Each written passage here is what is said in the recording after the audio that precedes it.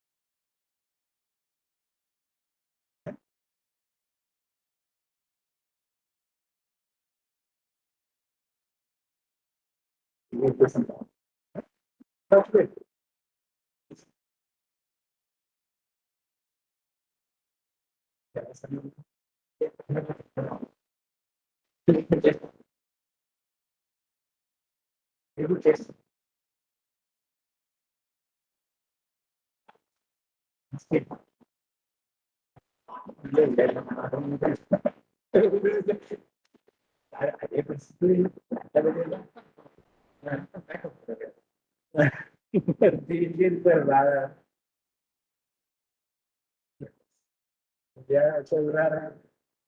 Bueno, questo è sempre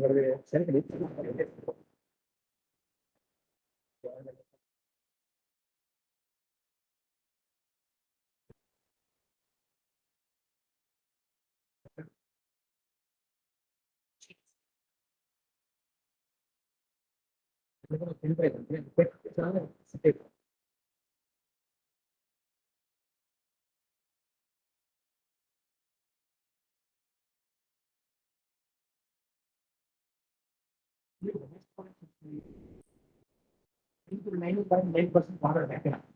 Pero just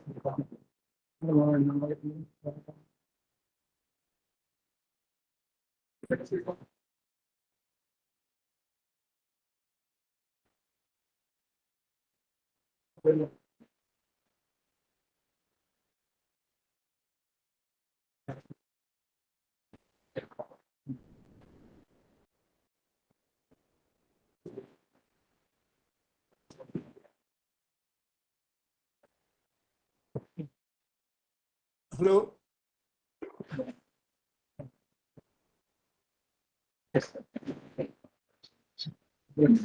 Thank you, sir. Some of the participants are not yet come, sir. So they are coming from rural areas. So we should wait 5 minutes, sir.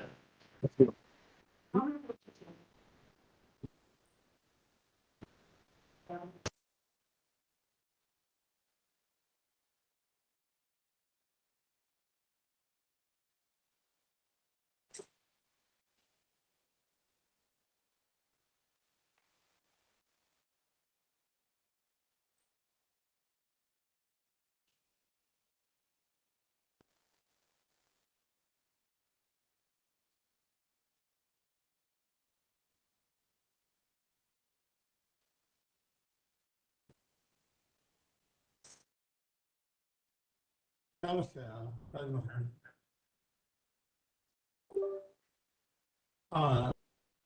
అంటే log of చేసేనా లేకపోతే అలాగా మ్యూట్లో పెట్టచ్చు అదే mute చేసి పెట్టేస్తాం. Okay check వస్తుందా బాగానే? Okay right. Okay okay okay okay.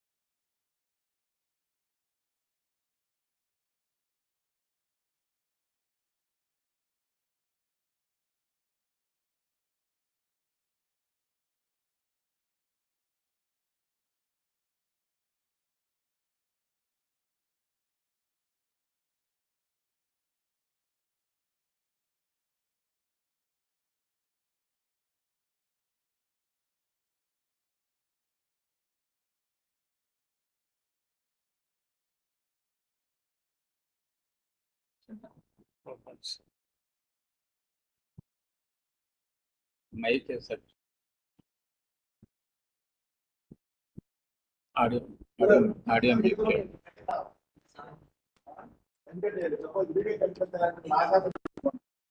మిగతా నుంచి చేస్తున్నారా?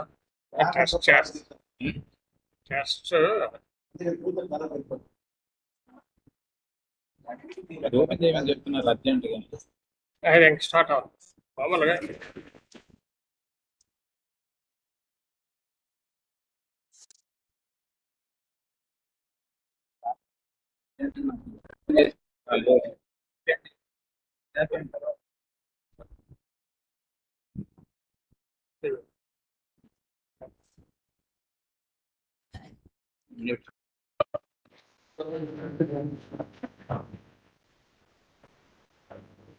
Sir, please join immediately, sir. Our resource person is waiting. Attention, please. Please join, sir, immediately. It's already too late. Okay, start chasing.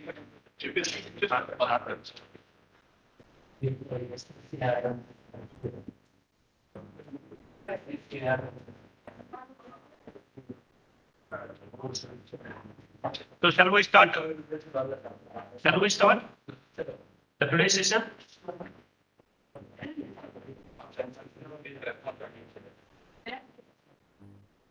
Please respond to all NRC's coordinators.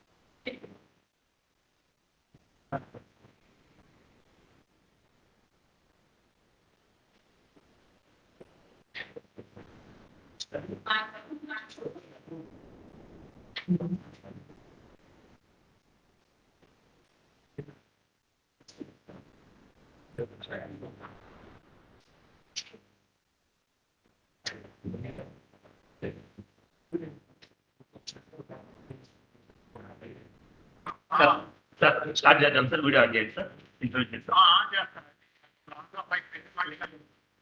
Okay sir మీరు screen పైన కనబడుతుంటే start చేస్తాం sir okay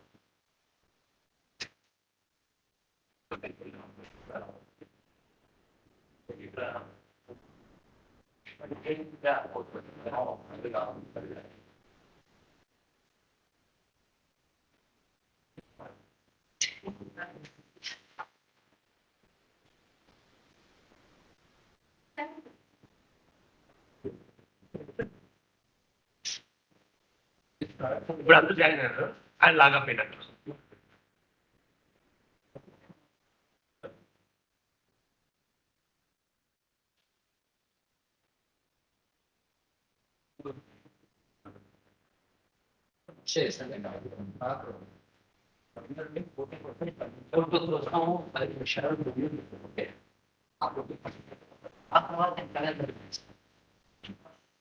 Company understand the difficulty of the analysis problem.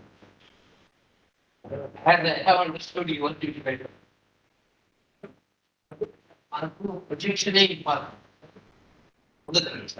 I'm going to make it. But is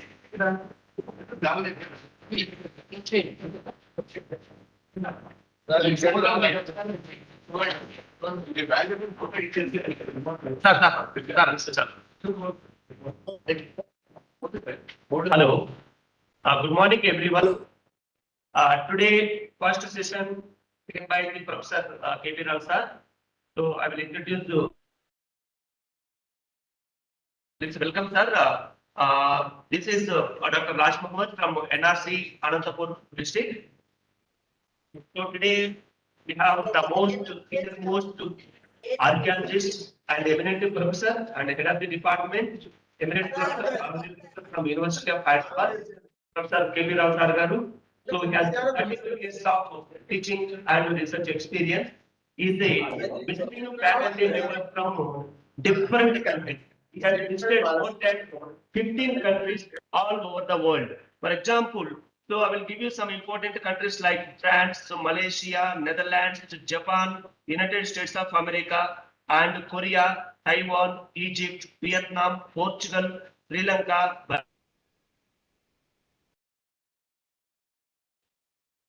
Proud of sir, we really grateful to you. So he has published various books on archaeology and history. He has attended and delivered many lectures in not only in India but also in abroad and various reputed universities. So he has published more than 45 papers in various national and international journals. He is a renowned archaeologist and renowned historian in not only in Andhra Pradesh but also in total South Asia. So he has done many research projects from that was sponsored from the NRI, especially not only in India but also in the foreign and abroad countries. So really, sir, we are grateful to you. So as your schedule is very busy, so even though you are joined with us, so thank you for your coming to take this session, sir. So we welcome you, Professor K.P. Rao garu, to take this session and to deliver on archaeology as a source of history and what are the major issues and challenges and what are the trends in archaeology is going to deal. So thank you, sir. With this brief introduction, welcome to Professor K.P. Rao garu to deliver his lecture. Sir, thank you, sir. Thank you, one and all. Thank you. Good morning, everybody. It is a great opportunity even for me to present teachers from various parts of, I think, state, that is Andhra Pradesh, or I do not know what are the participants, maybe from other places. So whatever it may be, it is an opportunity for me to give some exposure to subject archaeology. Because of the various disciplines that we use in reconstructing the human history, archaeology is a very important source, and it covers a large portion of human history. That is actually more than 99.9% of human history lasted in prehistoric period, and archaeology is the only source in reconstructing this this prehistoric past. Even past also, archaeology is very useful. So I would like to give you an exposure to these archaeological investigations are carried out and what is the importance of archaeology. So I will share the screen because it is completely, my lecture is completely illustrated. There are lots of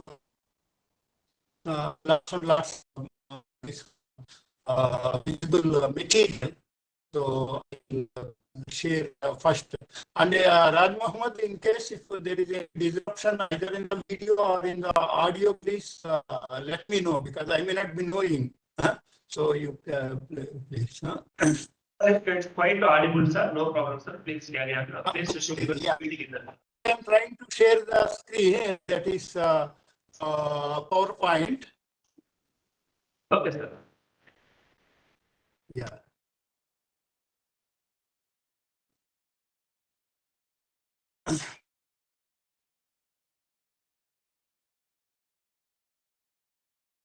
Yeah.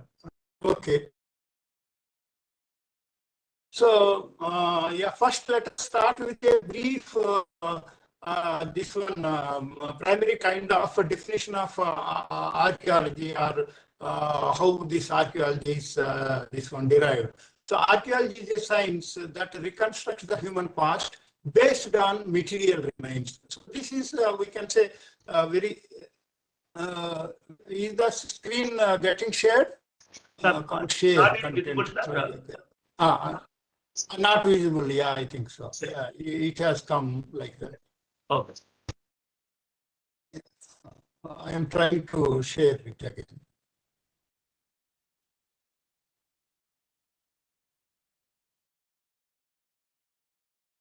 Yeah. Okay. Is the screen visible? Yes, sir, it's visible, sir. Please carry on. Okay. Yeah. So, it is this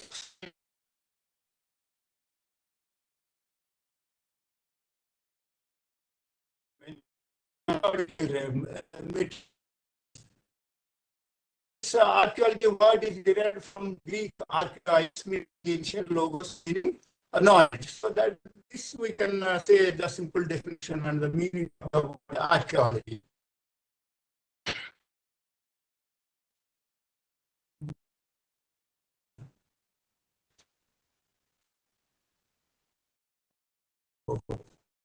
The screen is stuck. It is, the next slide. It is not, let's see.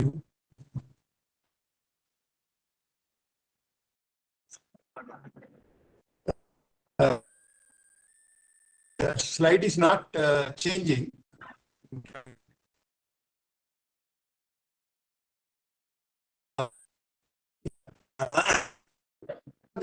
Um, simple chart that shows the human past. If we consider the whole of the human past, then it stretches back to more than. Hello, yeah. Screen is okay? Or is there any? Yes, sir. Okay, sir. Okay, sir. Please carry on. Yeah. Yeah. Human past, cultural past stretches back to more than some 25 lakh years.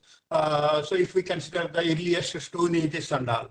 And of this 25 lakh years, only the fag end, that is about 6,000 years of past is only historical past. That is when we get the written records, that is 4,000 BCE and 2,000 CE. So except this 6,000 years, the rest of the more than some 25 lakh years of human history has to be reconstructed based on the material remains. That means we have to use archaeology as the source. So that is the basic this one importance of archaeology.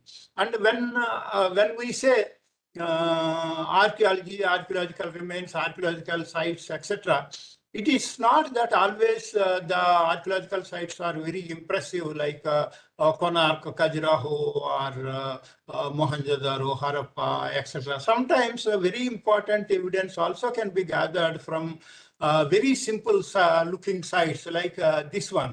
This is actually Gottiprolu near Nillur. Which was excavated some 3-4 years back by the Archaeological Survey of India.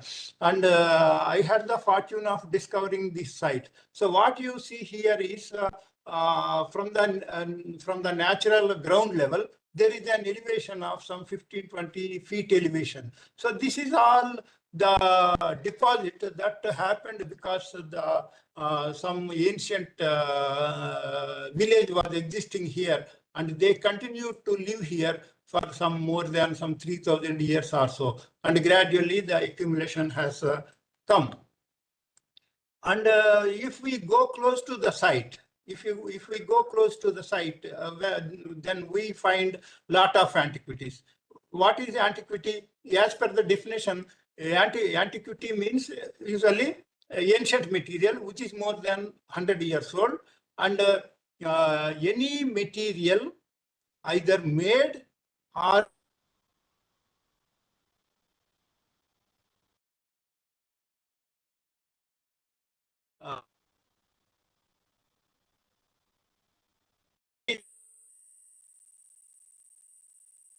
pot or material just used. Maybe they might pick up a stone and use it for crushing the grains. So that is, they did not manufacture, but they used the stone. So that stone also now becomes an antique material or antiquity. So in the sites, we find a lot of antiquities or antique material.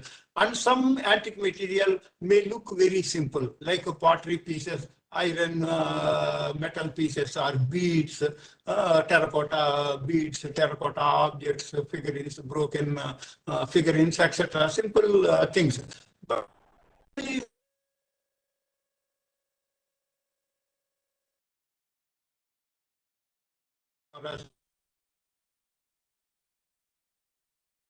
in the past, even the potteries tell us how old is this, whether it is a Neolithic site or a megalithic site or a Satvahana site, etc. And if we examine the pottery, then you can know you can derive the dates of the sites or different layers like that. Sometimes the antiquities or the sites could be very simple looking material.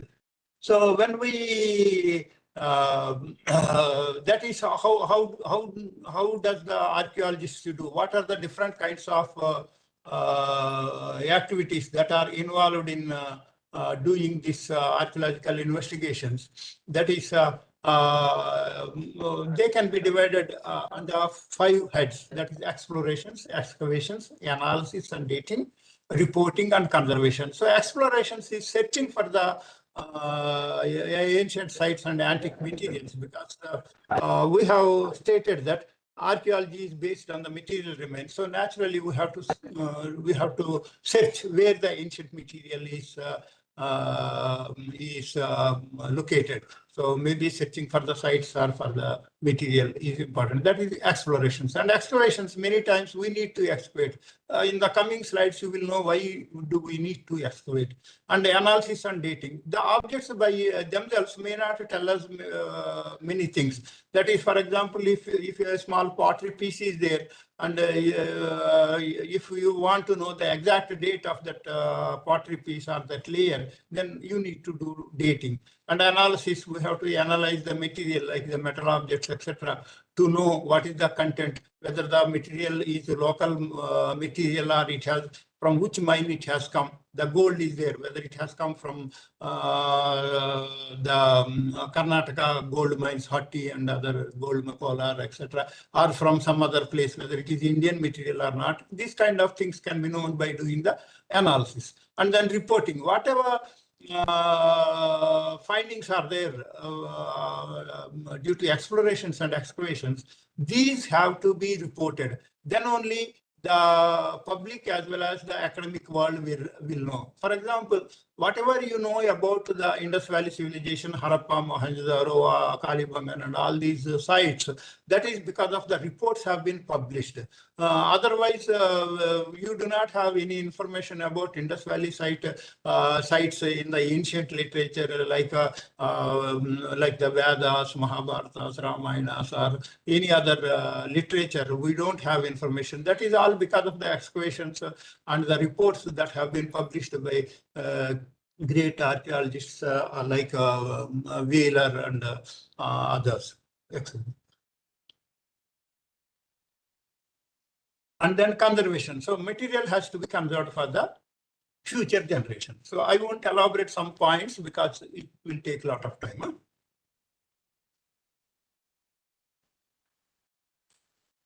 Yeah. So we use various methods in explorations and other things. So exploration, sometimes we use very advanced exploration methods, or sometimes we use very simple methods like the place names. So, for example, here I have given an example of this Visakhapatnam, Channapatnam, Kolkatapatnam, Machilipatnam, Durgarajapatnam. So, what is common with these names? These names is Patnam, the suffix Patnam. And another common thing is all these places are located on the coastal areas. And further, if you examine these places, then you will find that all these places are also linked to some kind of maritime activities, that is shipping and trade through sea, etc. So all these were either existing ports or in the past they were ports. So like that, we can use the name in locating the ancient ports, etc. So sometimes we can use very simple methods like this, or otherwise sometimes we have to use very highly scientific methods. like scientific methods like aerial photography, that is taking photographs from air, or remote sensing using the satellites, using the remote sensing data, or ground penetrating radar, or electrical resistivity method, magnetic survey, etc. Many more this kind of scientific methods are there. For example, here, one aerial photograph is there. So this is all agricultural land, cultivated land. And here we have a road also. And in case if you are standing on this road or in this field, you cannot notice this rectangular patterns, this room-like patterns.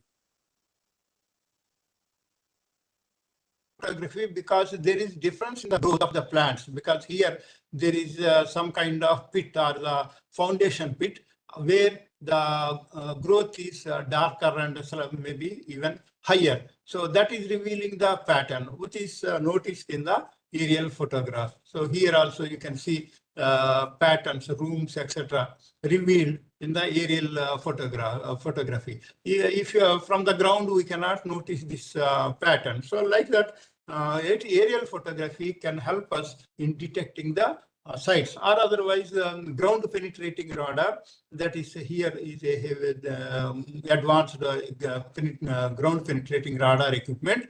So the equipment sends microwaves into the ground, and the microwaves, as they propagate into the ground, they either get absorbed by soft material like sand, wet soil, etc., or get reflected. If there is harder material like stone, etc., then the microwaves get reflected back, and the sensors collect this data and process and give us an image revealing what is buried below the ground. So without disturbing the ground itself, we can know what are the things lying below. So here is an example, that is the ground penetrating radar is sending the signals into the ground. And this is one of the image produced by such investigations. Here it shows some anomaly. The waves are getting reflected back, suggesting that some hard objects are there, like stone. So then when this place was excavated, as revealed by the ground penetrating radar, in reality, there are stones, the grave was there. So the stone objects, etc. So like that, we can use ground penetrating radar to detect the sites, or otherwise electrical resistivity method. That is, we can send electrical current into the ground, and that will reveal the resistivity patterns. In the next slide, it will be more clear. Resistivity pattern, which is on the computer screen. After processing, you can know that here the graves are there. These are all different graves, etc. And this is the pathway. So all this could be detected by doing the electrical resistivity on the ground itself. Here, this is the basic principle of conducting the ground, this one, electrical resistivity method. This A, B, C, D, these are the probes. So that is the, we can say, metal rods. So they are pushed into the ground. They are pushed into the ground. And this A and D is connected to the current supply, AC supply of higher voltages, like something like 400 volts, etc. And then the readings are taken between this B and C. So if there is a resistive material like stone structure, stone doesn't allow passage of current. So the this structure obstructs the passage of electrons. It won't allow the passage of electrons. So then what happens? The electrons will find more path this side. They get more concentrated here. So what happens here? We get higher readings, higher current readings between B and C. It shows more voltage, more current, this one. And in case if this is a conductive material, something like iron ore, hematite, etc., concentration is there, then more electrons will be passing through this material. And here there will be lesser voltage. That is, there will be voltage drop. So less current will flow through that. Like that, the current patterns can reveal us what is buried below. So we can use this kind of methods also in detecting the sites. So I was telling that we need to excavate the sites. This is Dholavira, the famous Kutch Indus site. So the whole of this area site is there, a very big site, but only here trenches are laid and exposed. So here you can see a street, big street, and maybe shops or some houses are there on either side. So these are all revealed. And in the unexcavated areas by the side, here also the same kind of structures, etc., must be there. But since this area is not excavated, we don't see any of these structures. So that's why excavation is required.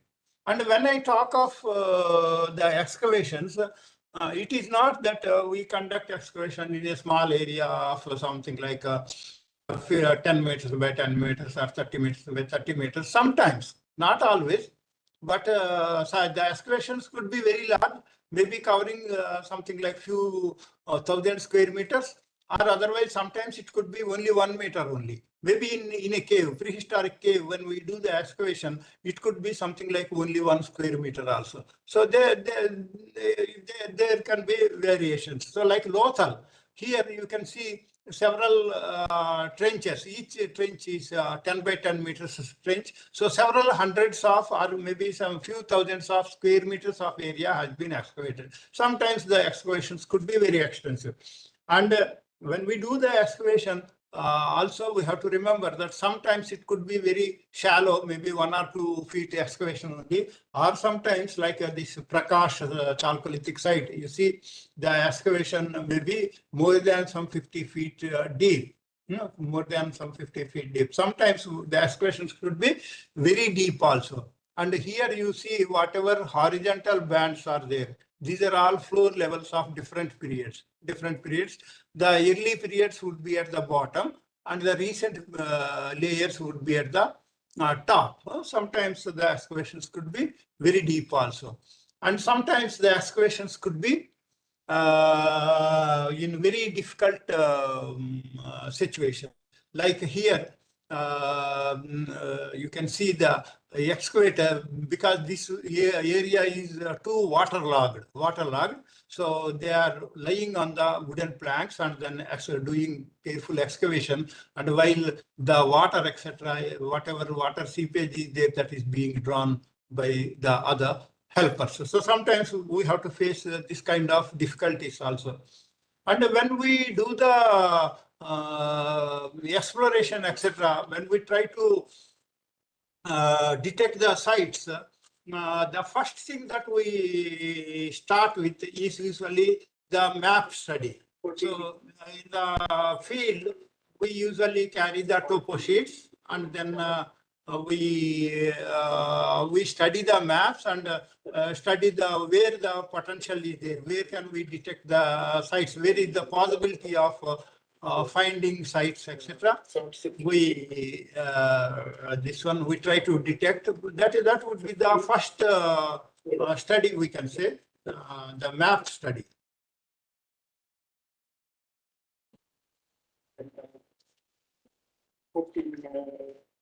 Yeah. So this is one of the small excavation carried out by our university, myself, by the department. So when we do the excavation, we need to use various kinds of instruments and all. The trench is laid, and our students, etc., and the volunteers, they are participating.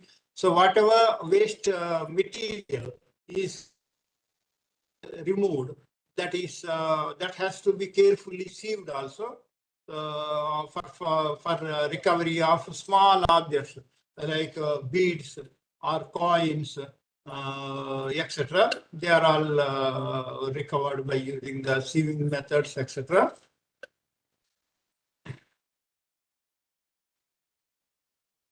So excavation is usually a very slow process. So here we were excavating at other place, and then we came to know that in an agricultural field, when they have dug a big pit, there they in the sections, etc., some burial is visible. Ordinary people may not notice this, but archaeologists usually, since they have the training, we can notice this. So here you can see the slabs of the cyst burial. So when we noticed this, we thought that since already the burial is disturbed and it is exposed, better to expose this and recover the antiquities from this place. We started excavation, and then this is the stone chamber, the stone cyst, the porthole here. So the antiquities are coming out, like the pottery, etc. And usually when we do the excavation, if we come across, any antiquities, we don't remove them immediately. We carefully remove only the waste material, soil, etc. Using very small instruments, and then only after exposing the whole area and after taking proper recording, etc., then only we do the we remove the objects.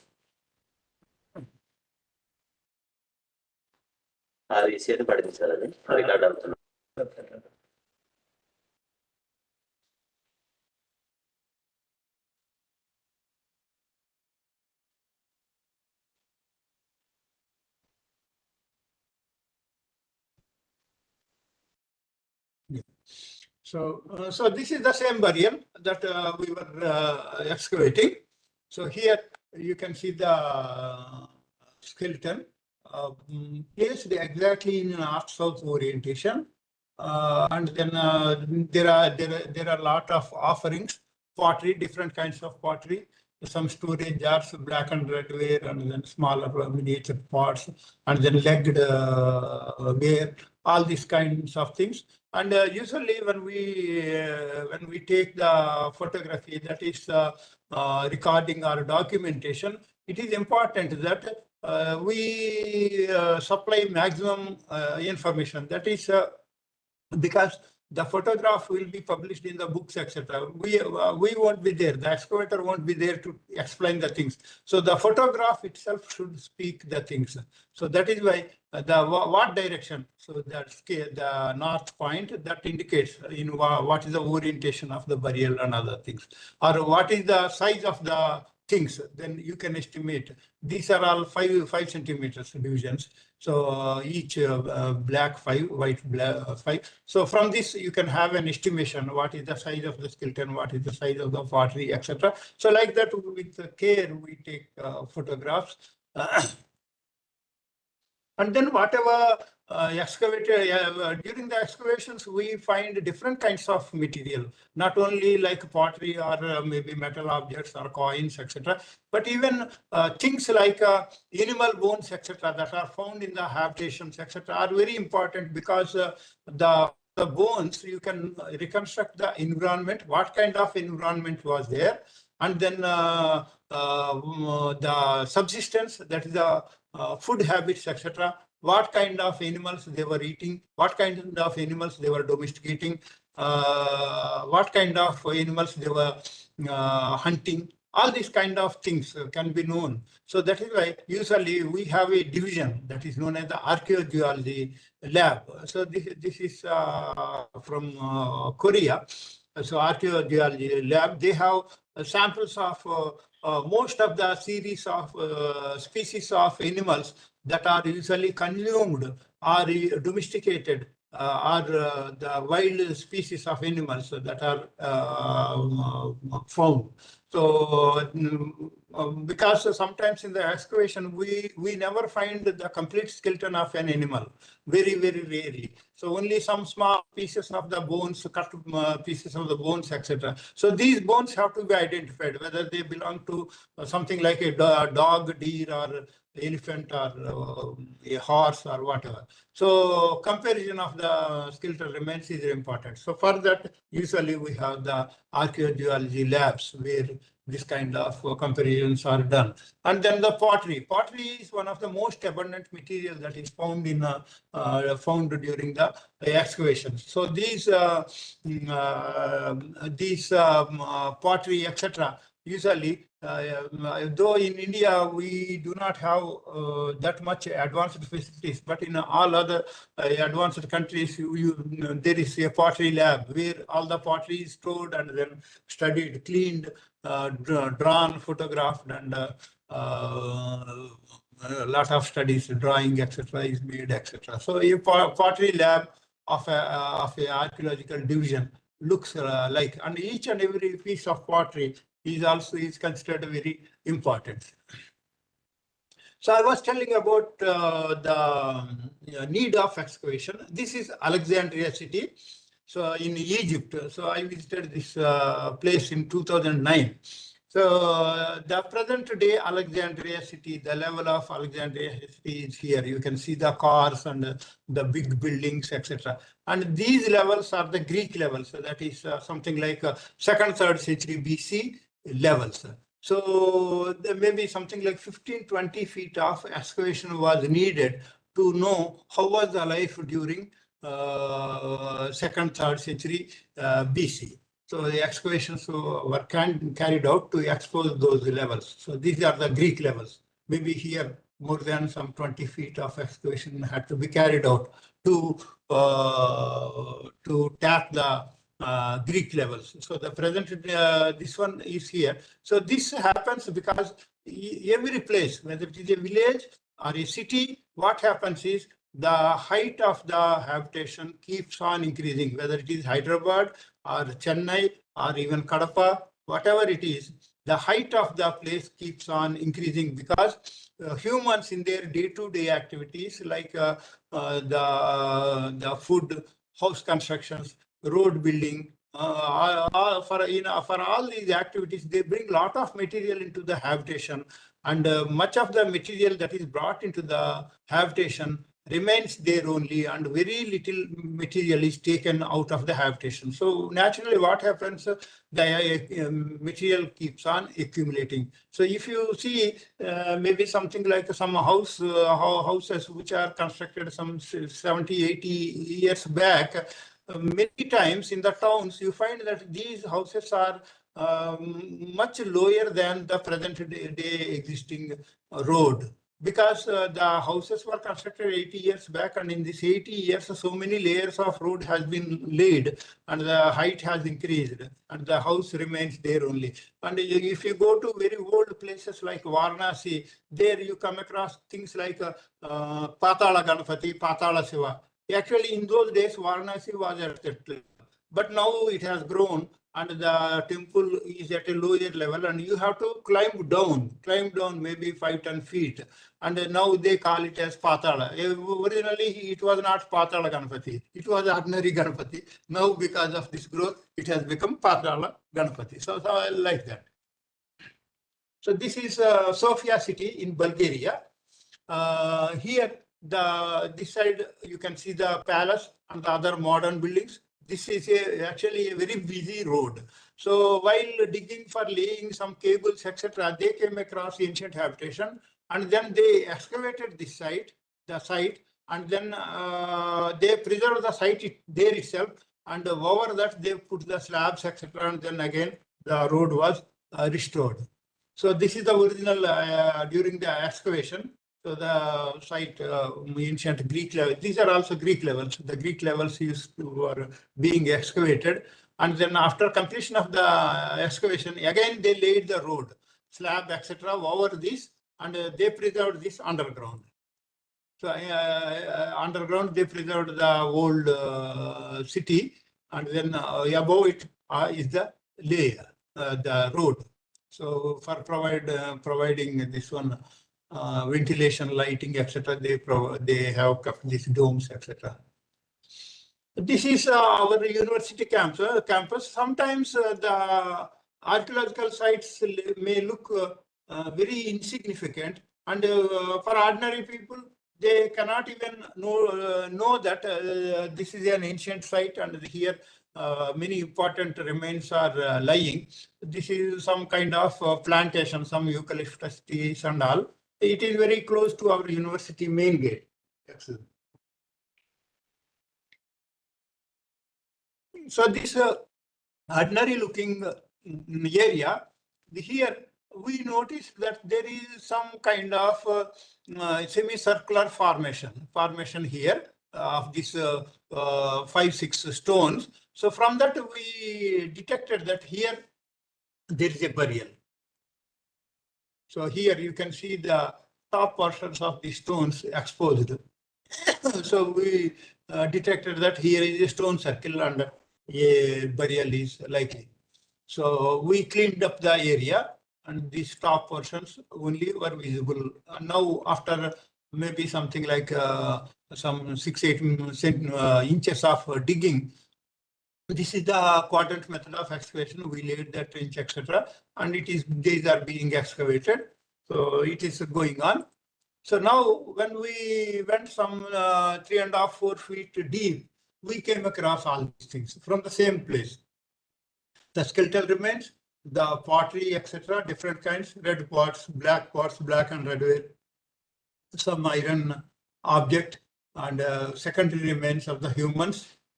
So all these things, the burial number, the scale, the north point, all these things are there in the photograph. So all this material excavated by us is now displayed in the department, and now and then the school children, etc., they come and visit our museum, and they get an opportunity because these things are some 4,000 years old.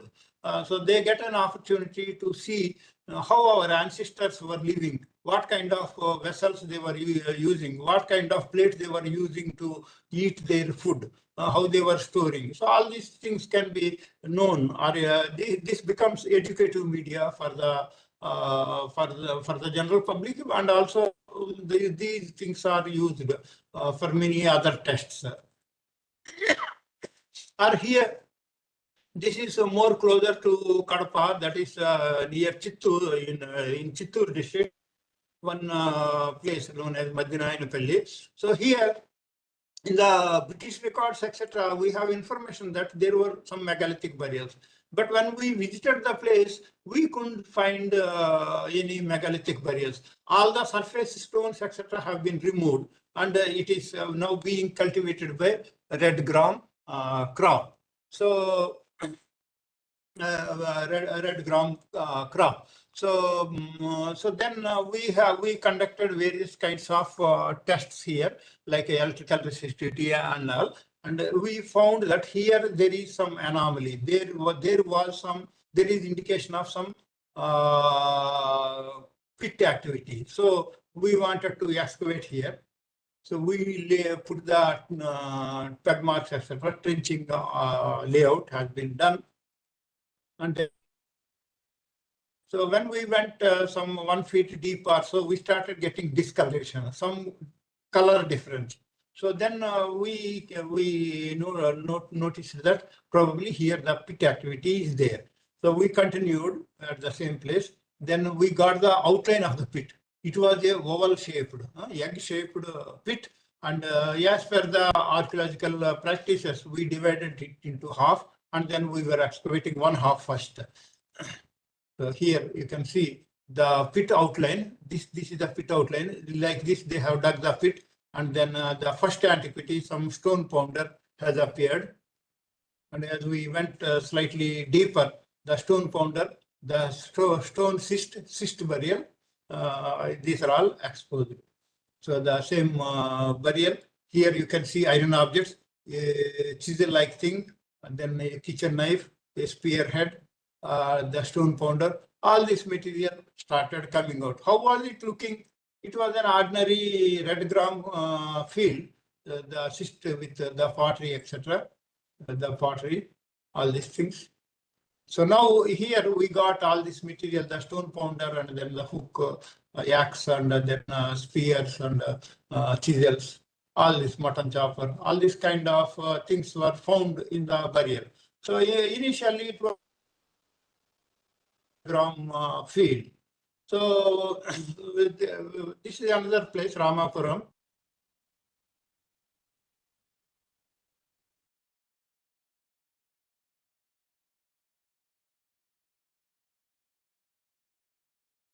That's why the box. So across this kind of things, just to look at the material, you can tell something. We can presume something. For example, we can say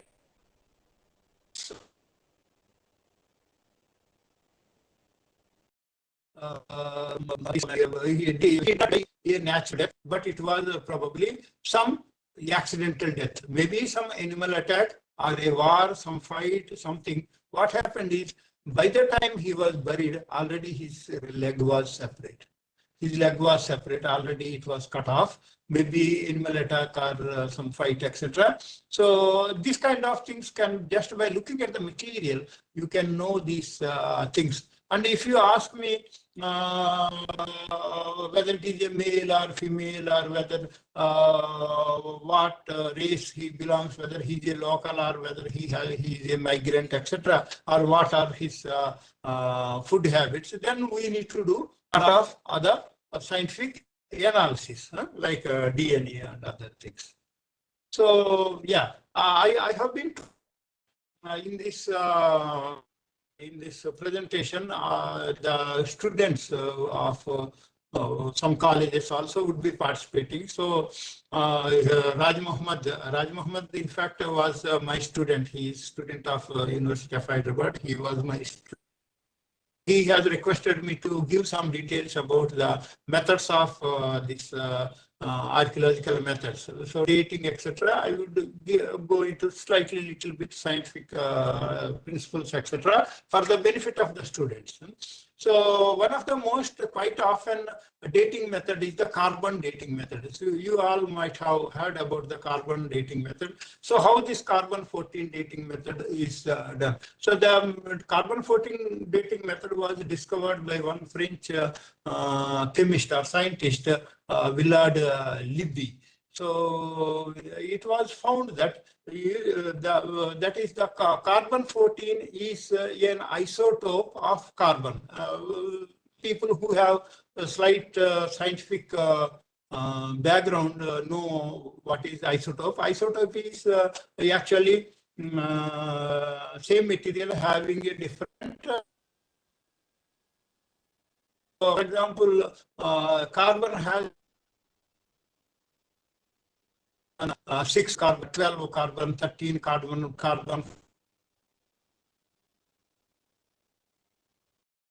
active material.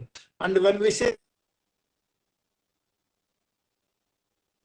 active material is prone to naturally disintegrate, and C14 has a half 5,730 years, near about 6,000.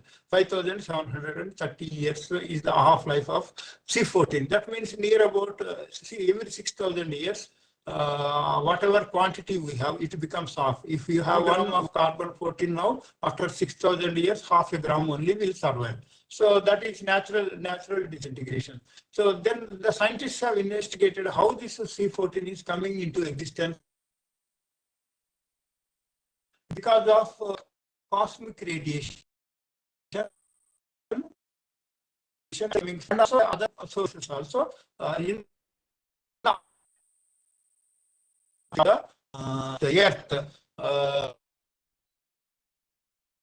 cosmic radiation is present, and because of the presence of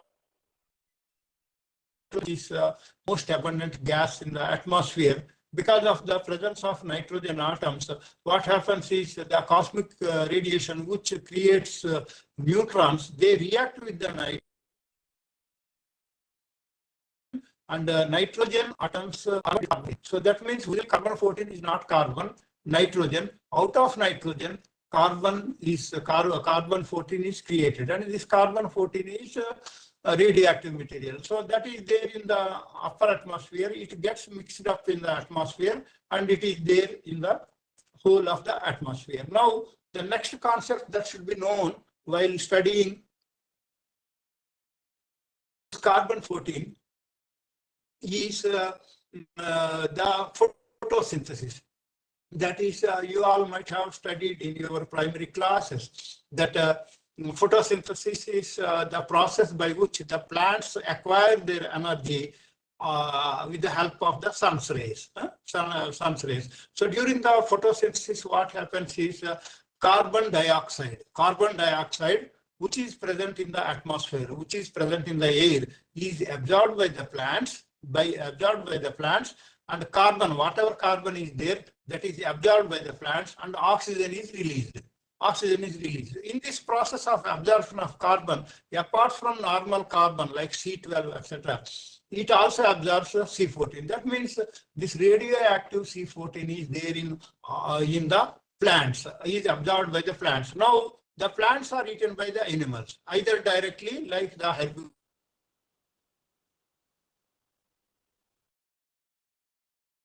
or tiger, panther, etc. They eat usually the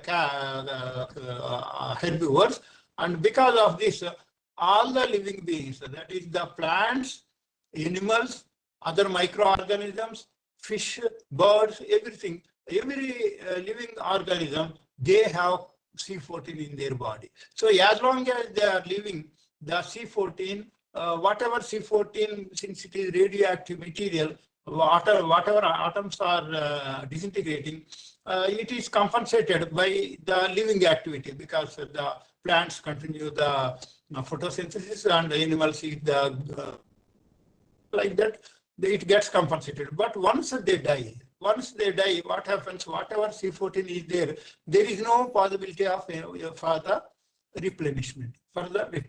So what happens? Whatever C14 is there, that keeps on depleting at the rate of 5,730 years.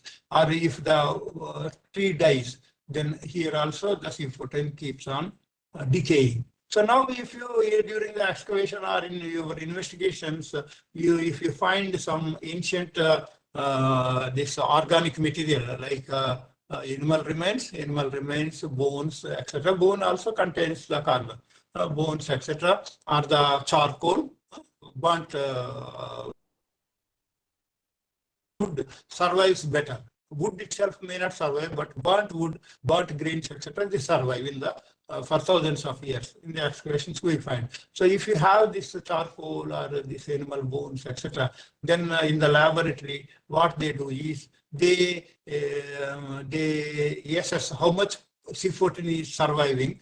That is, they count the beta decay. That is, depending on the number of the C14, the atoms keep on disintegrating, and each disintegration releases a beta particle. So the beta particles are counted for several days, etc. The sample from the sample, and they assess how much C14 is there, and that gives us clues to calculate the dates. So that is C14 dating method. The same thing, that is sun cosmic rays and then nitrogen getting this one converted into C14, coming into the plants and then coming into the animals and the wood, etc., charcoal, etc., and then this one. So now a more modern kind of dating has come. That is AMS dating. That is accelerated mass spectrometry, accelerator mass spectrometry dating. So this because C14 dating method requires larger quantities, something like if it is carbon material, 1 gram is sufficient. If it is bone, etc., maybe something like 10 grams or 50 grams of bone, etc. is required. So larger organic material is required for C14 dating. So in AMS dating, even few micrograms, milligrams of material itself is sufficient. Like in a burnt brick, in a pottery piece, if there was some rice husk, then the husk also gets burnt and becomes carbonized in the body itself. So even if that small rice husk is there in the pottery, the material, little few micrograms of material that could be extracted also can be used in the accelerator mass spectrometry.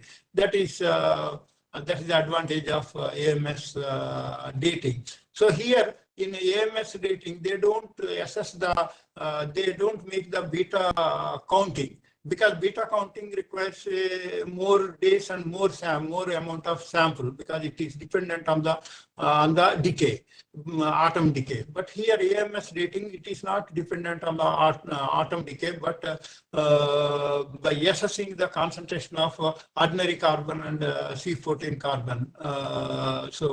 The AMS dating is more powerful and very, it can give you result within just half an hour, 1 hour, like that. And then it requires very less sample, more efficient and more accurate also. So that is AMS dating. And another very useful dating method is usually known as the dendrochronology. Dendrochronology is tree ring analysis. So this analysis is based on the tree rings collected from, usually it starts with living tree. So the living tree, the outer, this one is the present ring. By counting backward, each year one ring forms. In each year one ring forms, because during the rainy season, there is a thick growth. That is, the plant cell will have bigger this one size, and during the summer seasons, when rains are deficient, then the growth, the cell size is smaller, and there is more concentration of more cells, so the thicker cells. So each year, depending on the rainy season, if it is a good rainy season, then thicker this one, or if it is a bad rainy season, thinner ring is formed. So starting by counting, starting from the present way, like here, 2013, they started, the tree ring pattern is there. And this tree lived for about something like 90 years or so. So up to 90 years, the pattern of growth is known. Now another older sample is taken. That is maybe something like it was something like 1930 or so, or even 35. So 1935 to 1871. So more older than this 1924. Now after that, here the synchronization is there. The synchronization with this pattern and this pattern is there. So it is synchronized. Now we know the pattern from 2013 to 1871. The pattern is known. So here still older sample. So here it is synchronized, and now from here 2013 to 1798 history is known. So now if you have a sample from any furniture or this temple rathas or mining support or ancient ship, etc.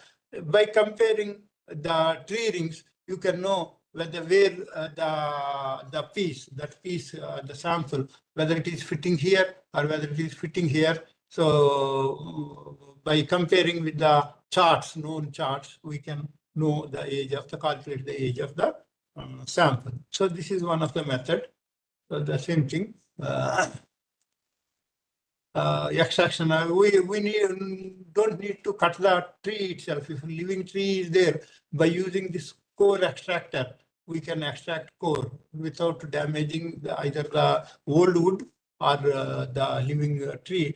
A small sample can be extracted, and here the tree ring pattern can be known. So another very useful and simple dating method is thermoluminescence dating. Usually thermoluminescence dating is applied for dating the materials like the clay objects, like the pottery, terracotta objects, terracotta figurines, terracotta beads, any or even furnace material, hearth material, cooking hearth. If the cooking hearth material is there in the excavation, then that can be used to do the dating, thermoluminescence dating. So this method depends on the principle that all the clay objects like pottery, bricks, etc., which are made of clay, and the clay or the earth is not a homogeneous material. It consists of various kinds of minerals and metals and other elements. Like the clay contains feldspar, mica, muscovite, hematite, bauxite, or quartz, or some metals or elements like uranium, thorium, etc. Especially for us, the material like radioactive material like uranium, thorium, or potassium. Potassium means all potassium is not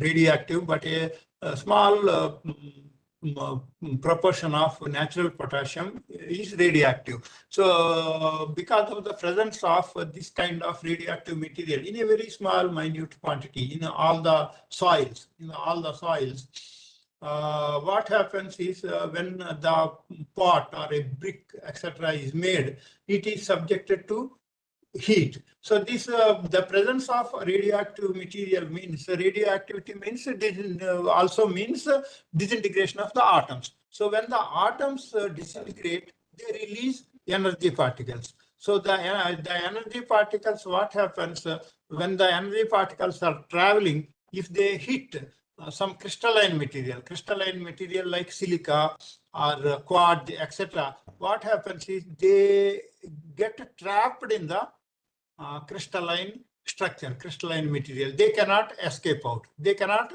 come out. The energy will get trapped in the crystalline material. So what happens is when let us take only pot. When a pot is made and when the pot is burnt for the first time, during the Indus Valley period, they made a pot and they have burnt it.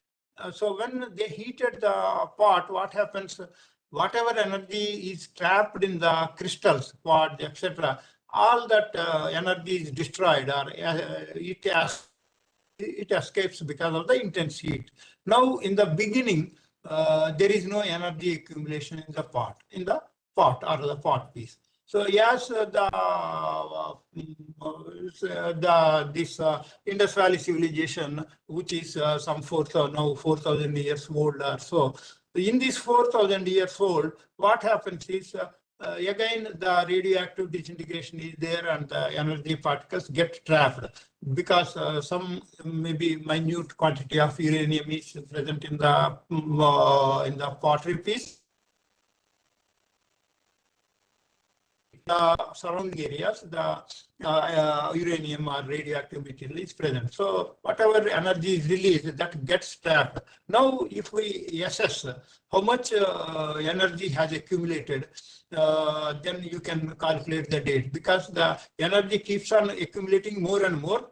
So more energy means more older. So there are formulas to accurately calculate this. So when usually in thermoluminescence in the equipment, what they do is they keep the sample or the powder, a little bit of powder of this sample. Very few micrograms of powder if you can take from the sample, that is sufficient. Then it is subjected to heat. As the heat is increased, when it is reaching above critical temperature, near about 500 degrees centigrade, then the material starts glowing. So the intensity of the glow depends on the energy. More energy, more glow. That is why it is called as luminescence. So the more brightness. So water sample gives more brightness. So from that they can calculate. So that is one of the dating methods. And when we do these excavations and these explorations, etc., we come across various kinds of material. So the material, we have to get complete information from the material. Like, for example, if you have if you suspect some material, so imported material like earthenware from this Mediterranean region, roulated ware, amphora, etc., amphora, Roman amphora. So then we have to prove, or we have to be definite that these are all imported material. To know such things, that is to work out the trading patterns, contacts, etc., we need to conduct various kinds of analysis. So here you see the pottery that I was excavating in our university campus, black and red ware pots. So this is a pot and this is a conical bowl. If you ask whether all this red ware, black and red ware, and red slipped ware, all this ware was purchased from the same potter, or it was coming from different places, then you have to do analysis. So one of the analysis is known as the X-ray diffraction analysis, which is done for this usually the clay materials, pottery, etc., clay figurines. They can be subjected to this X-ray diffraction. It is a mineralogical examination. So, portion of the powder. Then the material is bombarded with X-rays. So when the X-rays fall on the material, what happens? Some of the X-rays back reflected, back scatter, and some of the X-rays, they pass through the material, but they get deflected, they get bent, they get deflected. So here you can see two cones. So depending on the mineralogy, whether it has quartz, feldspar, mica, whatever mineralogy, the different cones are formed. So the angle of the cones tell us what is the kind of content. So for example, the pottery excavated from Gachibowli, so it is red slipped ware, plain red ware, and black and red ware. So these three pots subjected to this X-ray XRD, you see the mineralogical difference in the patterns. So the quartz, this big thing is quartz, and other muscovite, Mount Molarite, and mica, all these different peaks are there. So the mineral plain red ware or with this one. So each is not comparing. That means they have acquired the clay from different places. That means they were acquiring the pottery from different places.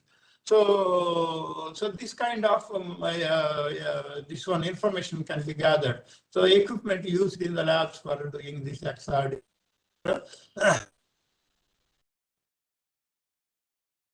You have learned how we can use different kinds of analysis to the material and know. So it is not only that, even the things which are not visible to our eye, even the things not visible to our eye, or even the atoms also can tell us the history. So here, a site known as Kottapatnam in Nellore district. So there we have a lot of imported ware. So we have to prove that this ware was really imported. So what we have done is we have taken the expected pot here and then compared with the neutron activation analysis that was carried out in analysis can be done only in the places where reactors, like in the Kalpakam or BARC, Kota, etc., not in all the laboratories. So the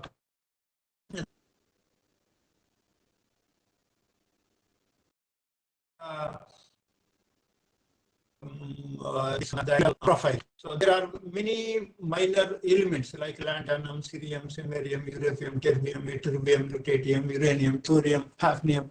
All these elements are there in different kinds of concentration. So from this profile, elemental profile, you can understand that the things are not comparing. That means it is not comparing with the local material. It is scientifically proved that it is imported material. Excuse me, let me just take water.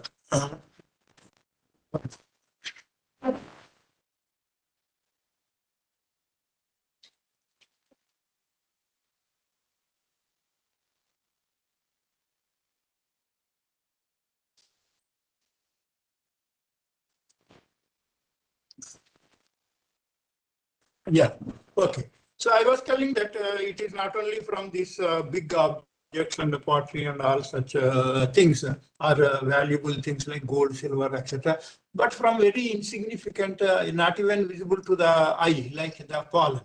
So pollen, is there in all the flowering plants. The flowers have the pollen. So pollen is microscopic powder-like material. So the characteristics of the pollen are that each and every different species has their own pollen. So from that we can identify the species. And the pollen, once produced in the nature, it is almost indestructible. It has a very hard shell, hard in the sense it is immune from the ordinary chemical destruction. So it won't get destroyed. So it survives in the nature for millions of years also. So during the excavations, we recover this pollen to know to reconstruct the environment and the subsistence, agricultural practices, food habits, etc. So this is one of the site in Jangaon district. This is Eleanor Benham from Cambridge University. She has come to examine this, extract the pollen.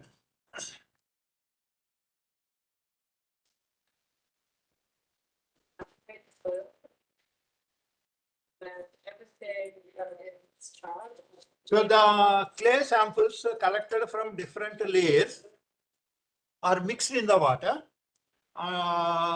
So what happens is this lighter particles, carbonaceous material like burnt grains, burnt sticks, plant material, leaves, etc. They all float in the water, and then the water is sieved.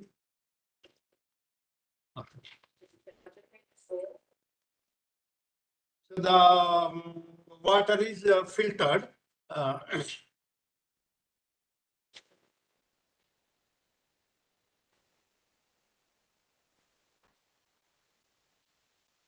This is Mr. Raghu, who is now teaching in Sri Satya Sai College in Tumkur in Karnataka.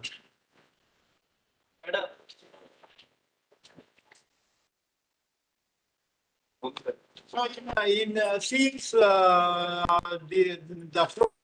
floated material is collected. So even smaller than the pollen are the phytoliths. Phytoliths are actually most of the plants have produced this phytoliths. That is, if you take something like a rice leaf or any grass, if you rub the side of the grass, then you feel it is very sharp. It is very sharp, and even it can cut the skin also. That is because of this phytolith. Phytolith is some silica kind of material, and each and every plant has its own phytolith. It is microscopic, very, very small. It requires a different kind of collection methods, not the flotation method. In the laboratory only we have to collect using the different purification methods and other things, sieving methods, etc. So the phytoliths are also used. This invisible microscopic material is also used for study collection of botanical data. So the phytolith data is so useful that if you have rice phytolith, you can the rice cultivation was being done using the wet cultivation method or dry cultivation. There is difference in the phytolith pattern. between the wet cultivated rice and the dry cultivated rice. So up to that level, also we can know. So the stalactites, that is in the caves, caves, etc. Especially in Kadapa, Kurnool districts, we have many caves. So in that, we have this stalactite formation. That is the water dripping from the top because of the minerals like the calcium and other silica material, dissolved material. Because of this dripping, slowly they keep on growing. It takes several hundreds or thousands or even millions of years for these cones to grow. So this study of this stalactite, this one study is taken up to reconstruct the environment. That is, how was the environment? Because the human habits, human culture is largely also influenced by the kind of environment in which they were living. For example, during the Mesolithic times, that is 10,000 years back, there is large-scale transformation in the living habits of the humans because of the commencement of the Holocene. Holocene, that is our present climatic period. Prior to that, it was Pleistocene, it was Ice Age. So most of the prehistoric people were living in Ice Age. Whereas from the Mesolithic onwards, the climate has heated up, like the present day climatic condition, and we helped them, we helped the humans in their living conditions, because more food was available, more plants were there, more animals were there, living has become more easier. And then there is large-scale transformation in the cultural habits of the humans. So all these things can be known if we are able to, or we can understand these trends, why these changes were coming, can be understood if we are able to reconstruct the past climatic conditions. One of the method is this paleoclimatic studies, using this kind of stalactites. So stalactites, what happen when they form, whatever kind of air is there, the air bubbles get trapped.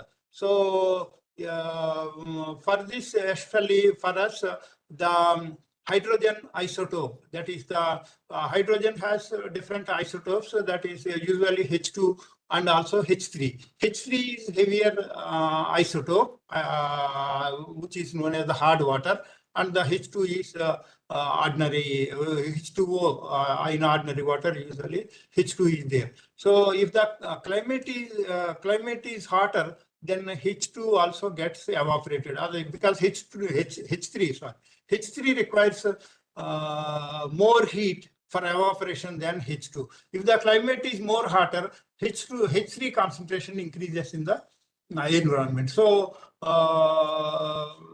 this kind of air gets trapped in these stalactite layers by studying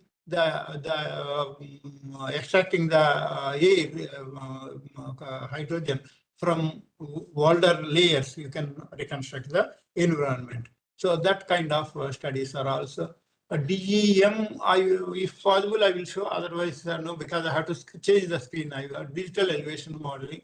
Yeah, in fact, yesterday evening only I returned from field work. I was doing field work some 300 kilometers away. And since this lecture is there, I thought that from the field it may be difficult to do the field work. And then I returned in the evening. I was driving, and then we returned in our van. So just the previous day, we visited one this rock shelter, and that has come in the newspaper, etc. So yeah, so I would like to end this lecture with this small quotation. Archaeologists are the only scientists who destroy their own laboratory. So what is a laboratory for us?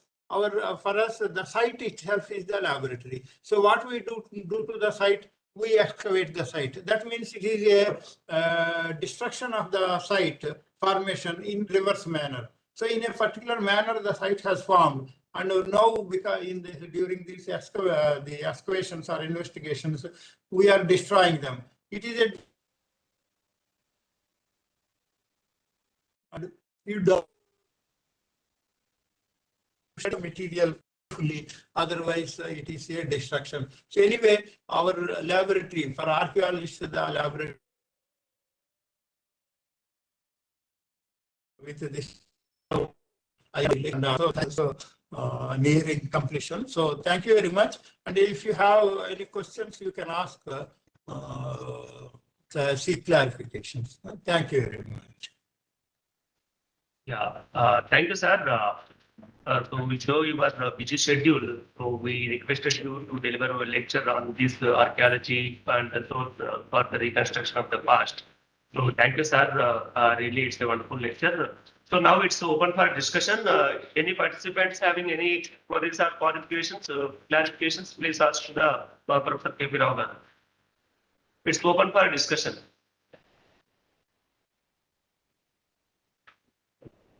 Okay.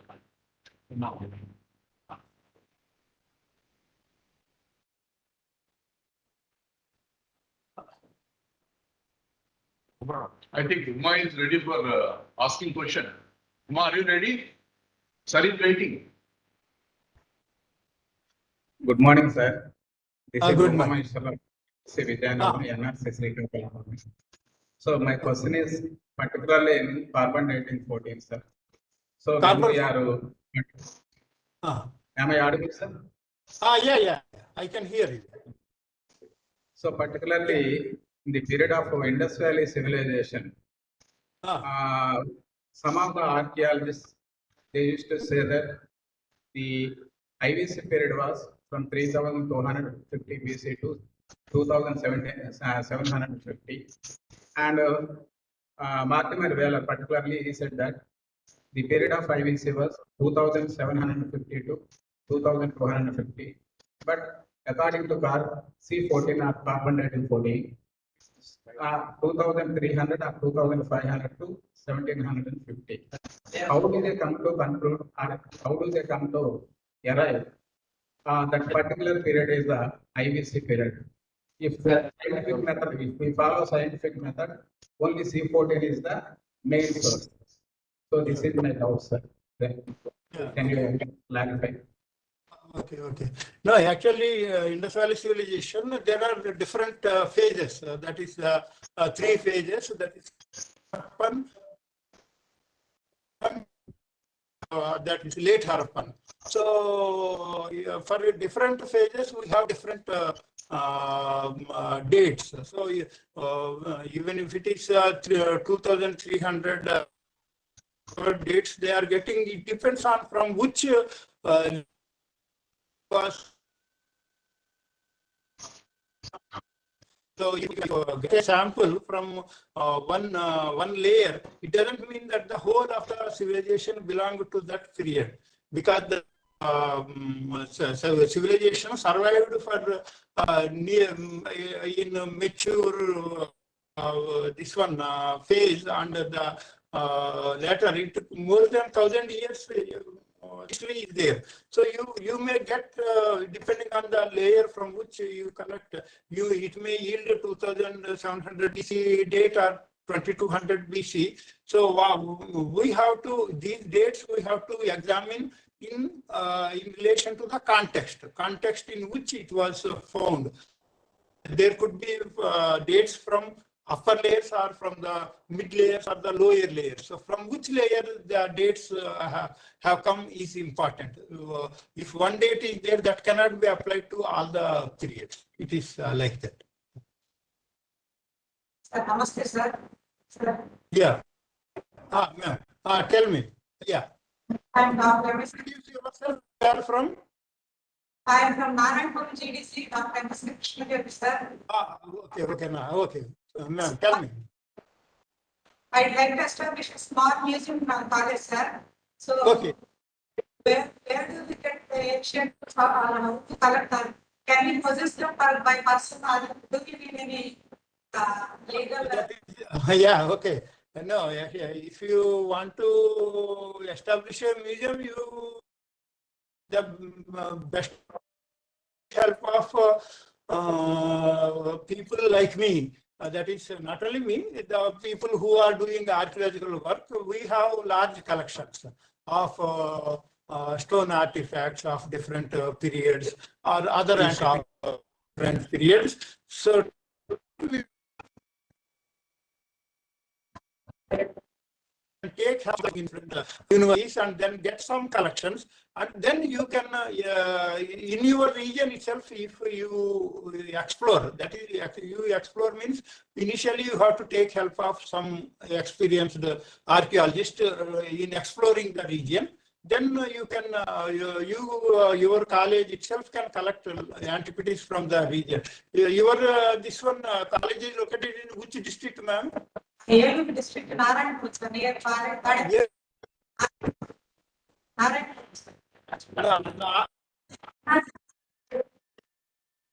NRC In Telangana. Your voice is breaking, ma'am. Which district or town nearby? district was West Godavari. Now we call it Oh, West Godavari, I know. Yeah, West Godavari. Okay. So if we do exploration, it is likely. And since you are from West Godavari, that is actually Kadavegi. This year I have applied for license to excavate Kadavegi. So we, if the license and everything work out smoothly, then we might be starting excavation in September also. We will be doing. So that time you can, or with your students, you can visit the excavation site, and then we can have more interaction. Yeah. Should we have to get the information? You'd like to join? Sure, ma'am, sure. Yeah. Sir, Yeah. sir, this is Gopi. RC Nandapur, sir. Anantapur, okay. Sir, how do we get a chance to join with you, sir, in excavations? Is there any possible? You be in touch with me. So here, I think maybe the email. Whether you are getting that. So you can give me a mail, then I can. Your students also can participate in the excavation for some time, depending on, usually excavation would be conducted for about 2 months, maybe some 10-15 days. Students can participate, and in case they are participating, we pay also for them, and that is meet all the expenses there. So you can be in touch with me, and in case if we are doing Anantapur, we frequently come and visit various places like this check this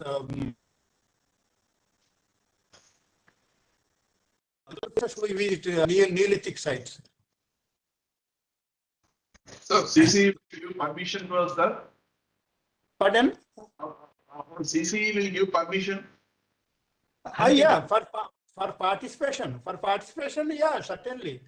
So personal, is it our personal or from, we can participate from, government side?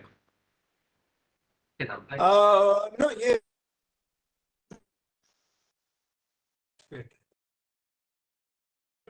He should be a government employee or any government this one. No restrictions like that. Anybody can participate. Whoever is interested in knowing and learning these excavation methods, etc., they can participate. No restriction like that. Anybody can participate. Thank you, sir. Thank you. Welcome. Okay. Thank you, sir. Now I request to NRC Ongol, Dr. Ranjit Kumar, please give vote of thanks. NRC Ongol, please respond. Yeah, good morning, one and all. I'm Dr. Ranjit Kumar. Fortunately, I'm the student of Dr. K.P. Rao, sir. So thank you, sir, for your wonderful talk. Once again, actually, we have recollected our PG days, and most of the concepts which we have discussed in this part of this presentation. And fortunately, we were very much happy to listen our PG days also, sir. So thank you for your presence and thank you, sir. Okay. So all for your interest in the participation.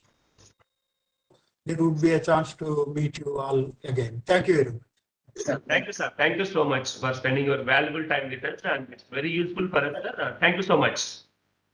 I will get back to you, sir. Thank you, sir. Okay. Okay. Lager. Okay.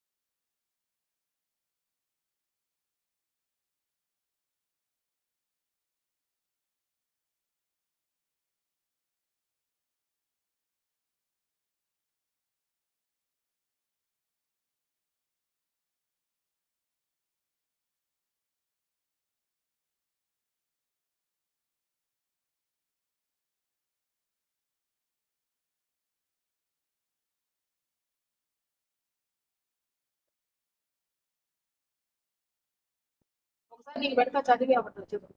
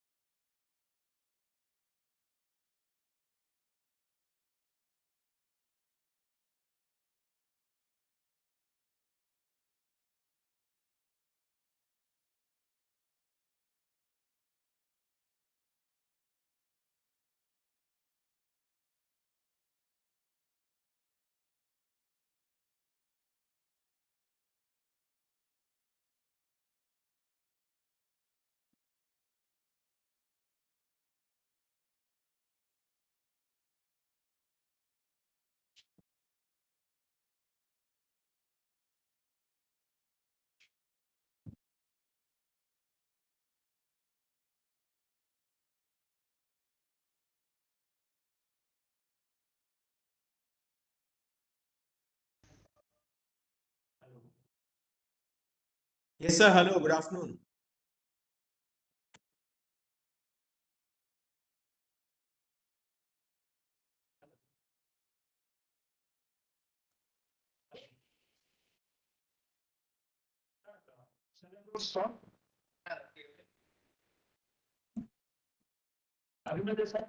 Yes, yes.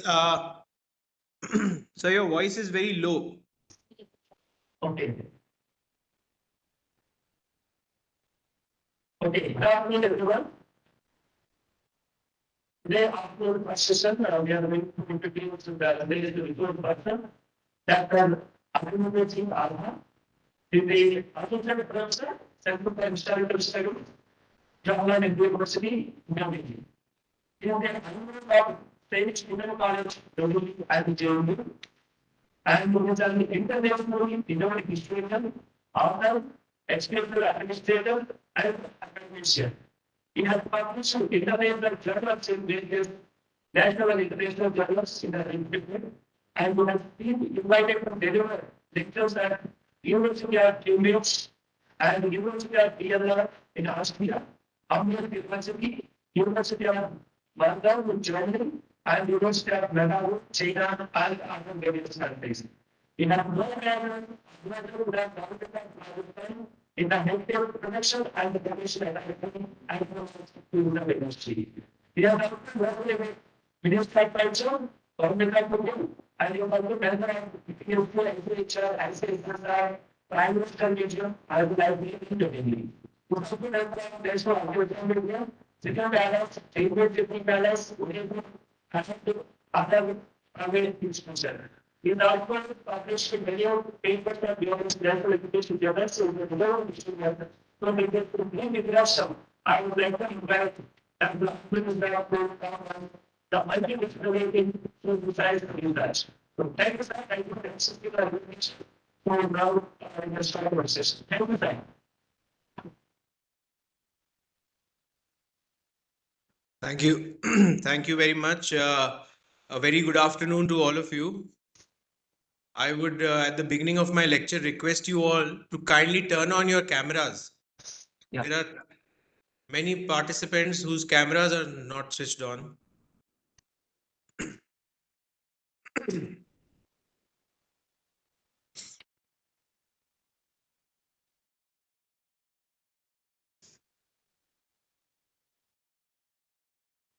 Okay, I'm very happy to see so many people present in the lecture. Kindly, everybody, switch on your cameras.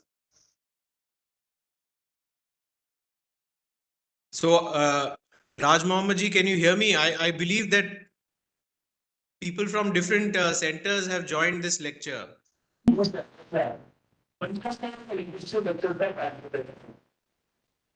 Okay.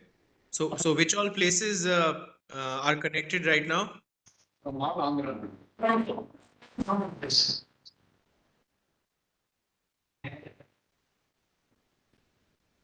these participants from different places? Yes, sir. I can tell you the accommodation. Okay. Can you name the places?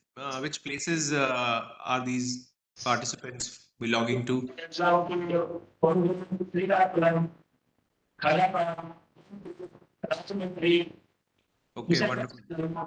Talungu. Wonderful. This is the place.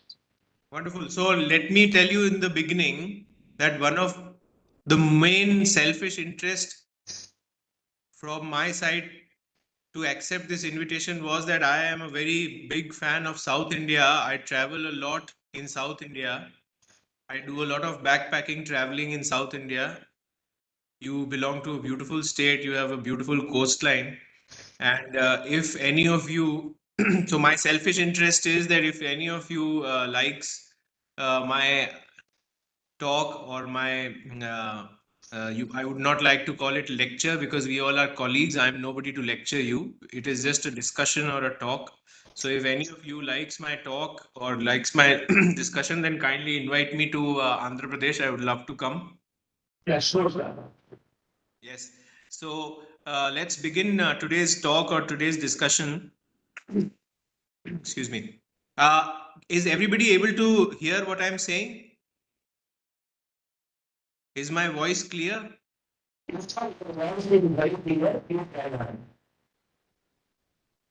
I just hope I'm audible to all the members, to all the participants.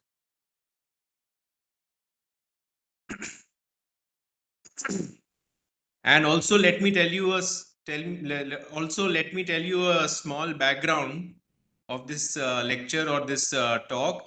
A few weeks back, Mr. V. Raj Mohammed ji and a couple of other participants from Andhra Pradesh, they had visited JNU in the new MMTC, Madan Mohan Malviya Teachers Training Center.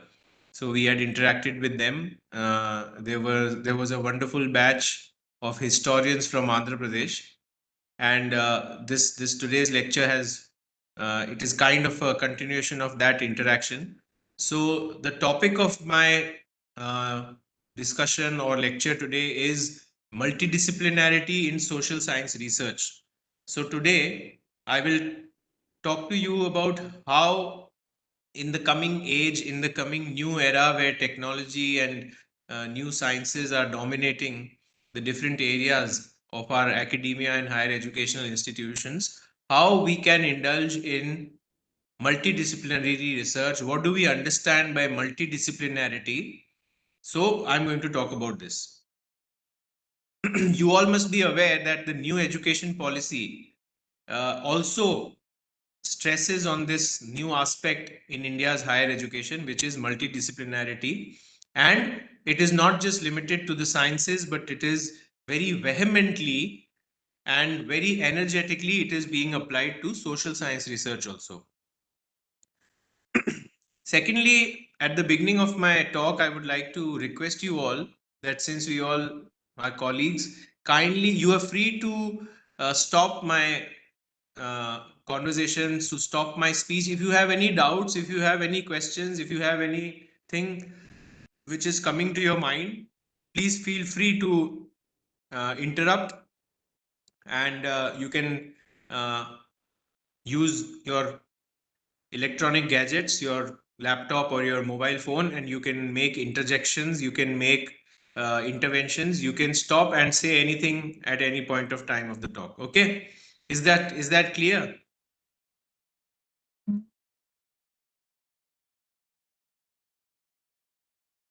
Is that clear? Is everybody? Yes, sir. You can just give me a thumbs up if it's clear. You can just give me a thumbs up. Let me see how many thumbs I can see. Okay. So only a few thumbs up. I think rest everybody is very lazy. I think you must have had just, this is a post lunch session. I think you just had a lunch, you had curd or something, and you all are very sleepy. So it's good for me. I will not have to work very hard in this talk. Okay, good. Less participation makes the things easier for the speaker. So good. Anyways, so let's talk about multidisciplinarity and social science research. Before I begin with today's discussion and deliberation, I would just give you a brief description about my research area and my research interests. So basically, I'm an environmental historian. I did my PhD from CHS, from the Center for Historical Studies in Jawaharlal Nehru University. I got enrolled in 2009 and I got my PhD awarded in 2013. So I worked on environmental history. Now, this area in itself is a living example of multidisciplinarity. And if we are talking about multidisciplinarity in the social science context, then there cannot be a better example than environmental history. Can anybody give me a broad idea about what environmental history is or what it can be? Or if you have read anything anywhere about environmental history?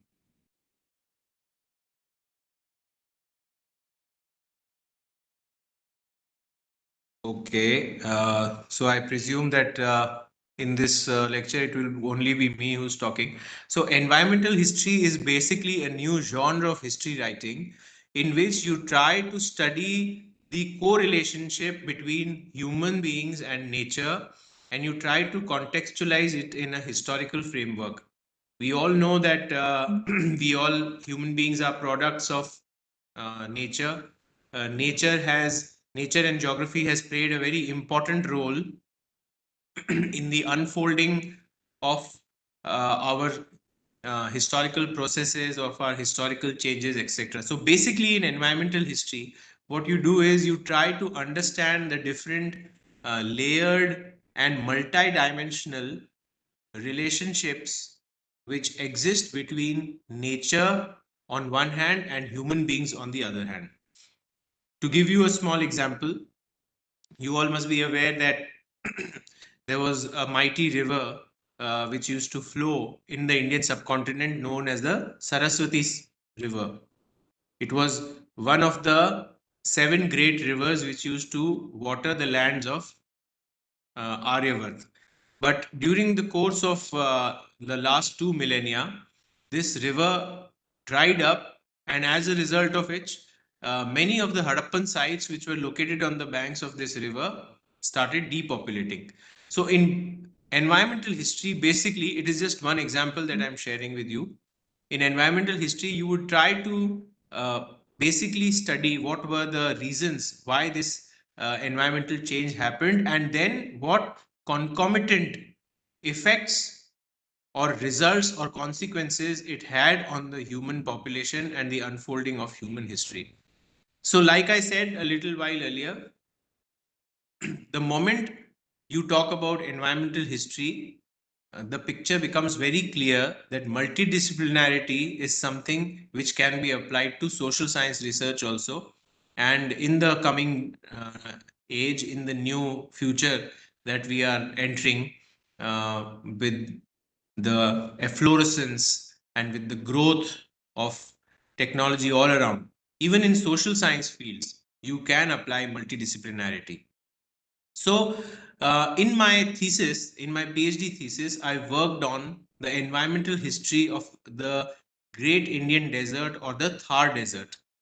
And we tried to look at how during the 17th and the 18th century, there were changes in the environmental and ecological setup of that area. And because of these certain changes, there were effects of this change which were felt in the fields of politics, in the field of society, in the field of economy, and also in the field of the demography, or how communities were shaping up. So this is basically what we do in environmental history. Now, I will again take you to a very different and a very interesting and a fascinating example of multidisciplinarity in social science research. Before I go there, all those who are attending, you belong to which streams? Are you all from history or from different other subjects? History of the political science. History and political science background. Okay, wonderful. Okay, so I'm glad to know that political science students are also here. So you will have some idea about what I'm talking. So I will straight away take you to the 16th century and give you examples about how multidisciplinary research helps us gain a lot of knowledge which has hitherto been unexplored, and it helps us look at new dimensions of our past. So, uh, in 2017, I was invited to University of Cambridge in Cambridge, UK, and we collaborated with a very famous environmental historian and a professor of Cambridge University whose name is Dr. James H. Barrett. For those who are interested, you can note down this name and you can do some Google research. Professor Barrett has written some excellent research articles of environmental history, but they all apply a very multidisciplinary approach in their research. Now, one of the areas where Professor James H. Barrett used to specialize, and he's an expert, is the ivory trade in medieval world history. I would repeat that one of the most important specializations of Professor James H. Barrett is ivory trade in medieval world history. Ivory, you all would be knowing, is obtained from animals, especially elephants. The Indian elephant and the African elephant is known for its ivory production. And in Europe, there is another animal which is a very voluminous producer of ivory goods, and that is walrus. Walrus. I think many of you would have seen this animal on Discovery Channel or on some other science book. It is a huge mammal with two huge tusks, and it is found in the icy waters of the Arctic Sea. And we are very familiar as Indians. We are very familiar with ivory because entire Indian subcontinent and the Asian elephant, which was found all over the Indian subcontinent, was a huge producer of Indian ivory. And I can see many female colleagues, many female participants in the lecture today. You would be knowing that ivory bangles, even till date, ivory bangles are a very favorite part of uh, a woman's jewelry in India, whether it is North India, whether it is Western India, whether it is the Deccan Plateau. So, in certain parts of India, ivory bangles and ivory jewelry is worn even today. So, Professor James H. Barrett of Cambridge University specializes in the ivory trade of medieval world history. And the reason why I got to collaborate with him was a very interesting example of multidisciplinarity. I also, since I am an environmental historian, I have also written some articles on animal history. I've also worked on the ivory trade of the Asian elephant ivory, which was prevalent in the 17th and the 18th century. So, uh, you would all be knowing that there is a very famous museum in the city of Jaipur, in the city of Rajasthan, which is the capital of Rajasthan. It is called the City Palace Museum. And in that City Palace Museum, there are many medieval artifacts which are stored. And my own research and Professor James H. Barrett's research, we zeroed in on a few artifacts which are present in the City Palace of Jaipur, which were made of ivory, but it was not Asian elephant ivory, but it was walrus ivory. So this opened many new questions. This small finding, this small discovery, this opened a huge area of further research for us. And we were very surprised, frankly speaking, when I personally examined those ivory artifacts in the City Palace Museum of Jaipur. I was quite surprised that how come, excuse me, walrus ivory could be present in the City Museum of Jaipur. There was, for us in the beginning, we could not see any correlation between the ivory trade in the Arctic Sea and between the trade in the Indian subcontinent during the Mughal times. So, this is, ladies and gentlemen, the point where I would try to bring the importance of multidisciplinarity. This is, at this point, I would like to say that when we indulge in multidisciplinary research, we are equipped better, we are equipped in a more detailed fashion, and we can arrive at more fuller understandings of many topics. So Professor Barrett and I, we took the example of, we took the help of many eminent scientists and also some other scholars who were working in this area. For example, there was one economic historian who was based out of Mexico, and we tried to collaborate with him also, and he gave us this information, which was a very fascinating piece of information. He told us that during the 16th and the 17th century, walrus ivory was exported all the way from Scandinavia to India by European merchants. Are you able to draw this connection? Are you understand this point? So that economic historian, when we collaborated with him in a multidisciplinary approach, then he, through his research and through his findings and through his work with us, he came to this conclusion that basically the walrus ivory artifacts which were found in Jaipur were parts of ivory trade which were circulated all the way from the Arctic Sea to the Mughal Empire. And who was carrying this trade? It was being carried by the Europeans themselves. And still, we had no clear identity or no clear idea about who these Europeans were. So basically, this whole Ramayana that I'm sharing with you, this whole talk that I'm sharing with you, the basic summary or the basic conclusion of this talk is that multidisciplinary is not only very helpful, it is also very fascinating, it is also very interesting. What is multidisciplinary research? Multidisciplinary research is that you are not just focusing your research to your core area. You are establishing a dialogue with other scholars, other researchers, or other faculty member, and you who belong to other fields. They are not your field experts. So this is called multidisciplinary research. For example, I am a historian. Now, if I select a particular theme or select a particular research question and I correlate it with another scholar or another faculty or another professor who is not a historian but who comes from different field, he might be a scientist, he might be an economist, or he might be an expert in sociology, he might be an expert in ethnography, he might be an expert in anthropology, or he might be an expert of ancient political systems.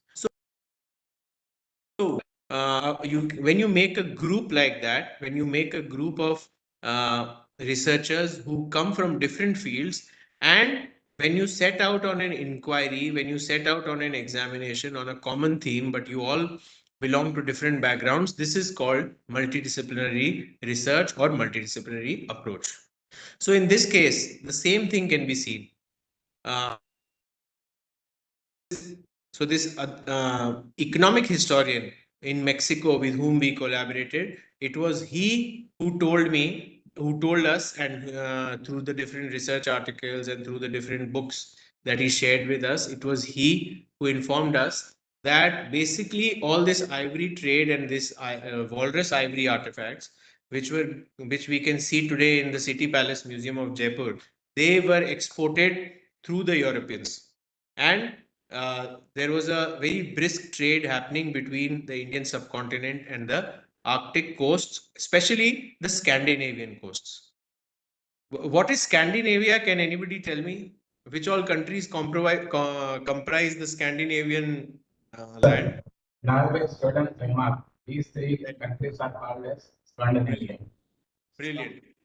Brilliant answer. So this walrus ivory that I'm talking about, the main centers of the production of walrus ivory were the Scandinavian countries, which are Norway, Sweden, and Finland.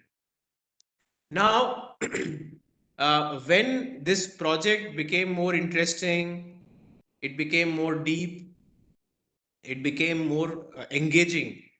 We sought the example of another expert from England, and he was basically an expert in the history of trading companies. And when we collaborated with him, when we shared our findings with him, and when we shared our research with him, he came up with a very interesting, fascinating piece of information. So he told us that who are these Europeans who were indulging in this trade in walrus ivory, and he mentions two very important trading companies. One was the British East India Company. You all know, you all have heard about this name. There is not much that I can tell you about the British East India Company. We have been reading about it in our school textbooks right since our childhood. So one trading company which was indulging in this trade of walrus ivory artifacts in India was the British East India Company, and the second trading company which was indulging in this trade, and which I'm sure you might have never heard about the name of this trading company, It's called the Muscovy Trading Company, and it was the trading company of the Tsarist Russia. The Muscovy Trading Company was named so after Moscow, or the capital of Russia. So again and again, I'm coming to the same point, speaking to you in very plain, simple language. The fact remains that when we indulge in multidisciplinary research, the benefit of multidisciplinary research is that since you are uh, researching and trying to study one particular theme, but you are not limiting that research only to the subject in which you are an expert. You are bringing in the expertise, and you are bringing in the knowledge of other faculty or other scholars also, who belong to some other field, some other subject, or some other area of inquiry. So this is the best thing about, this is the most fun part of doing multidisciplinary research. So to summarize this entire example, I will say that we started off with a very small discovery in the City Palace Museum of Jaipur. We saw some artifacts which were made out of walrus ivory. In fact, I will share this with you, that what were those two artifacts. We actually found two daggers, chaku, two daggers, which the hilts of those daggers, yani the portion of the dagger which we clasp in our palms is known as the hilt. So the hilt of these daggers was made out of walrus ivory, and these two daggers were gifted by Emperor Jahangir to Savai Jai Singh, the king of Jaipur, in 1620. So these were the two artifacts, these two daggers which we discovered in the City Palace of Museum. Now this is just one discovery, but when we indulged in an entire cycle of multidisciplinary approach, we took the expertise of an economic historian, we took the expertise of a scientist who could make experiments on these different specimens, on these different there are scientists who used to do the drilling in these samples. It is only after drilling and laboratory experiments that they were able to come to the conclusion that what is the age of this artifact, is this actually Scandinavian walrus ivory, etc., etc. And then we took the help of this historian who specializes in the history of the trading companies of Europe, and we arrived at this conclusion that it was so. I mean, what I'm trying to say is that by indulging in multidisciplinary research, we were able to gather the entire picture. We were able to gather the entire information and knowledge about how there was a very complicated web of trading transactions and commercial transactions through which the walrus ivory traveled all the way from the Scandinavian coast to the markets of Agra, Delhi, and from these markets, the two walrus ivory artifacts that I told you about, they reached the court of the king of Jaipur. So this entire story, it's a very fascinating account. It is a very fun-filled example of how multidisciplinary approach can actually, it can be more easy, and it can also make things very easy for us as social science research. And it can also at the same time make things very interesting.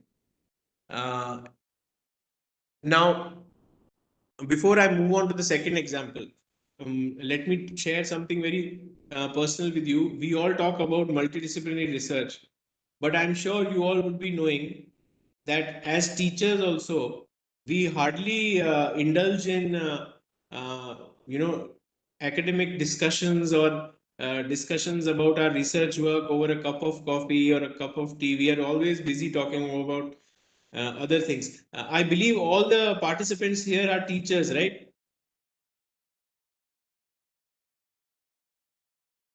All the participants of this lecture, are they all teachers, or or they do they belong to some other field?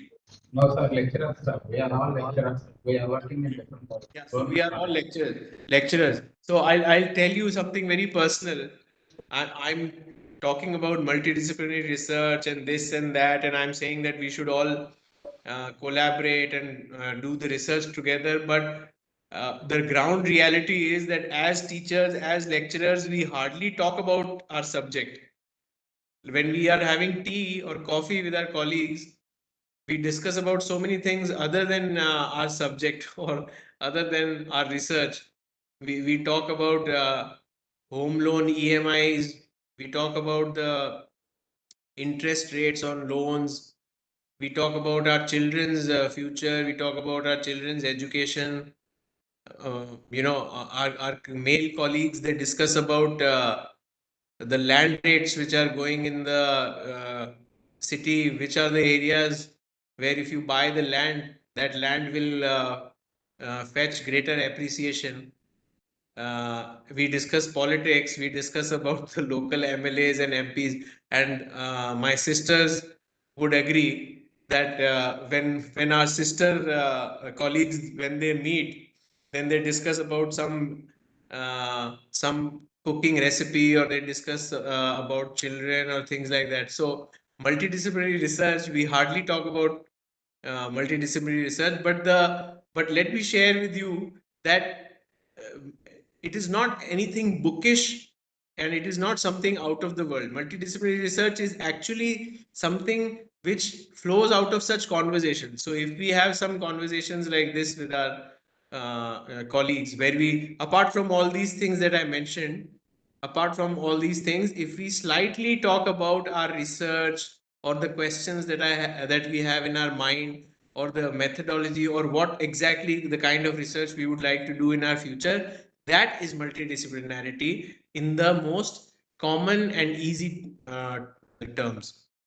So if we are having tea, and while having tea or coffee, if we end up talking about some interesting book that we read, or we talk about some interesting research that we are doing ourselves, and then if we talk about some other colleague who might be interested in that area of research, then that is the birthplace of multidisciplinarity. So multidisciplinarity is not something that is out of the world, or it will come from space, or one fine night you will be sleeping in your bed and you will be woken up by a meteor shower, and the next day you will discover multidisciplinarity. Multidisciplinarity is basically just sharing your ideas, sharing your research progress, sharing your research questions, your research thoughts with your colleagues, and then maybe indulging in something which is much more meaningful. So do you have any questions, or should I move forward?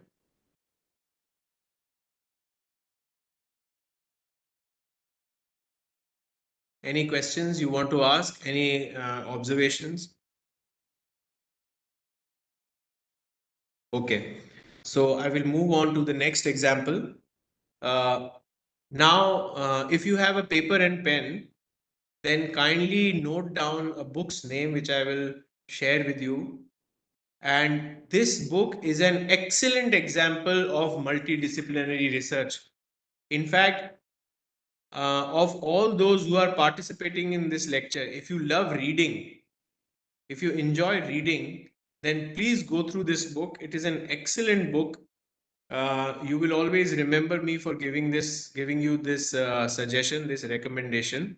It is an excellent book, and especially for scholars and for lecturers of history and political science, this is an excellent book which basically broadens your horizon. It is an excellent book which opens the gates of your mind, and it prepares the soil of your thinking, and it makes that soil of your thinking very fertile. So the title of this book, first I'll tell you the author of this book. The author of this book is Amitav Ghosh. Amitav Ghosh, Amitav, Amitav, Amitav, Amitav, and the second name is Ghosh, Ghosh. Has anyone heard the name of this writer before? You can just give me a thumbs up. Have you ever heard of this name before? Amitav Ghosh.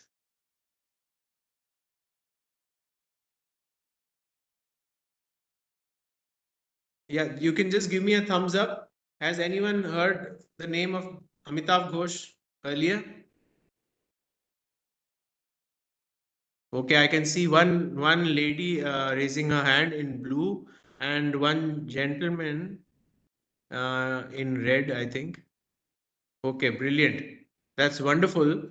Amitav Ghosh is basically a fictional writer. He writes novels and he writes fictional books uh, related to different aspects of India's history. But recently, he's a world renowned, a very famous writer. He's won many awards, many acclaims for his excellent writing. But recently, in 2019, he has come up with this book, and now you can note down the title of this book. The title of the book is The Nutmeg's Curse. The THE Nutmeg, NUTMEG apostrophe and S. The Nutmeg's Curse, CURSE. So I will again repeat the author's name and the book's name. The author's name is Amitav Ghosh, and the book's title is The Nutmeg's Curse. I'm sure you can write the correct spelling. So please, again and again, I'm telling you, if you want to understand multidisciplinarity, if you want to see how multidisciplinary research works, then please read this book. It is an excellent book. Now I will tell you in detail what is this book about, how it is contributing immensely to our knowledge in the 21st century, and how it is actually a proof of multidisciplinary research. So, can anybody tell me what is nutmeg? NUTMEG. Can anybody tell me what is nutmeg?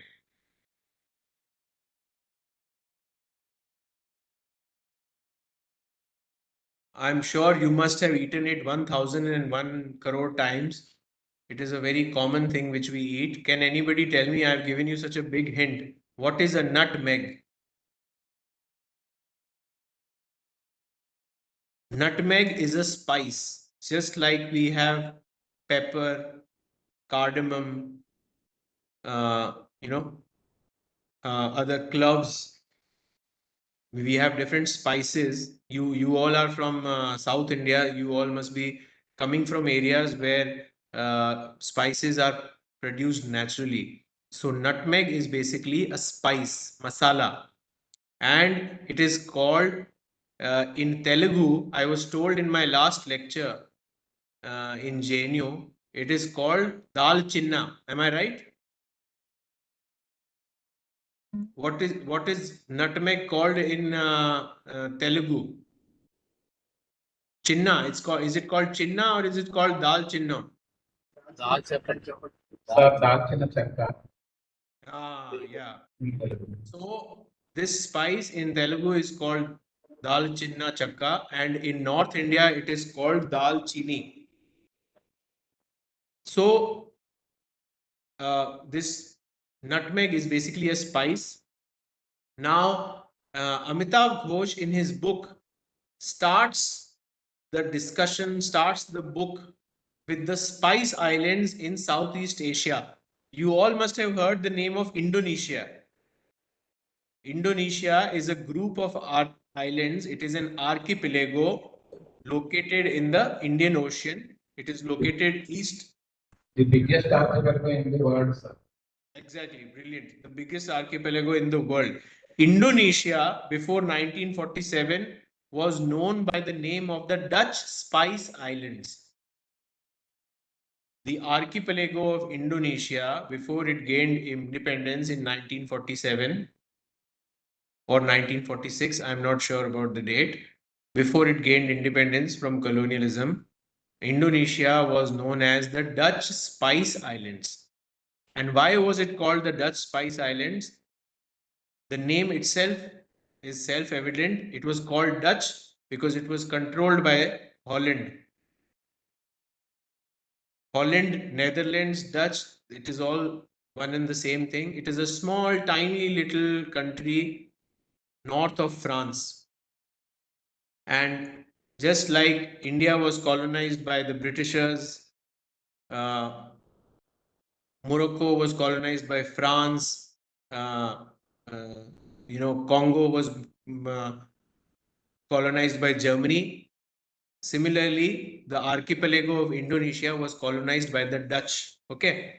So that is one reason why it was called the Dutch Spice Islands. Second, why it was called the Spice Islands was because as late as 1947, the largest production of nutmeg and other important spices which were consumed by the markets in Europe used to take place in this archipelago. And the Dutch colonialism was firmly entrenched in the archipelago of Indonesia, and they were just exploiting this resource, this natural resource, and gaining wealth and prosperity. So the Dutch colonialists, they had completely conquered and subjugated the archipelago of Indonesia, and they were bringing out spices from this island and selling it to all over the world. They had made it a world commodity, and they had earned immense wealth, immense prosperity from this trade in the from the trade in the spices, and because of this, the entire area came to be the entire political unit came to be known as the Dutch Spice Islands. So the opening point of Amitav Ghosh's Nutmeg's Curse is 1510. The year 1510, when the first ship of Dutch traders and settlers, it sailed all the way from Netherlands, and it reached it went down to Africa, it came to India, then through Sri Lanka. That ship landed all the way in Batavia or Bantam. The capital of Dutch Spice Islands was Batavia, and its original name was Bantam. Okay, so the opening point of Amitav Ghosh's book is how the Dutch colonialists, they arrived in their first ship on this tiny little island, and they started their journey of trying to establish their control over spice production. The first island where this first ship landed was known as Banda Islands, Banda. Even today, there is an island in the Indonesian archipelago which is known as Banda. And then Amitav Ghosh, in a very dramatic way, he tells us all as readers that how these first Dutch merchants and sailors who landed in Banda Island, they spread havoc, they spread violence, and they butchered 15,000 Bandanese native people to establish their colonial hegemony over this small tiny island. So the book starts on this note. And then the last part of the book, in the last part of the book, the writer is saying that he, again, you can say that this book deals with environmental history, because he says that in the 21st century, in today's times, we have reached a time of such environmental degradation. We have despoiled our planet. There is so much of climate change happening. There are natural disasters happening. Rivers are flooding. Some areas are going completely dry and arid. The temperatures are rising. In some places, there is snowfall. In other places, there is complete acute shortage and famine. So our planet has reached this um, indescribable state of environmental degradation because we were driven as human beings, and the history of our civilization was driven by an endless greed and an endless zeal to exploit the nature beyond its limits of sustainability. I hope I am able to clearly express what I am trying to say to you. I will just quickly repeat what I shared with you. So in the book, The Nutmeg Curse, Amitav Ghosh starts his analysis with the massacre of the Bandanese people in Indonesian archipelago by the Dutch colonialists and the settlers. And then he ends with this point where the um, where he's talking about the world of 2019 2020, and he is saying that there is such immense environmental degradation in our planet, and we have reached such a precipice, we have reached a point from where there is just a downward trend, and we our environmental change and our climate change has reached such dangerous proportions that our planet is under a crisis. So, and then finally, he connects this second observation with the greed and the mindless exploitation of natural resources by the agents of colonialism. So, this is basically the gist of the book. I have given you a broad overview of the book. Now, I will very quickly give you small little examples of how Amitav Ghosh has employed the use of multidisciplinarity. So, one clear cut example that he has given is that despite being a literary writer, despite being an author of fiction, in this book, he has uh, taken the help of many journalistic writings also. So, for example, when he is telling his authors, I beg your pardon, when he's telling his audience, when he's telling his readers that how in the 21st century our environment is under a lot of stress, it is under a lot of existential stress. So, at that point of time, he is basically relying on many journalistic reports and many journalistic accounts. For example, he cites a very interesting report which was published by the IPCC of the UNO. Can anybody tell me what is the IPCC of the UNO? I'll give you a hint. It is related to climate change and environmental degradation. It publishes an annual report. It is a very much sought after publication called the IPCC report.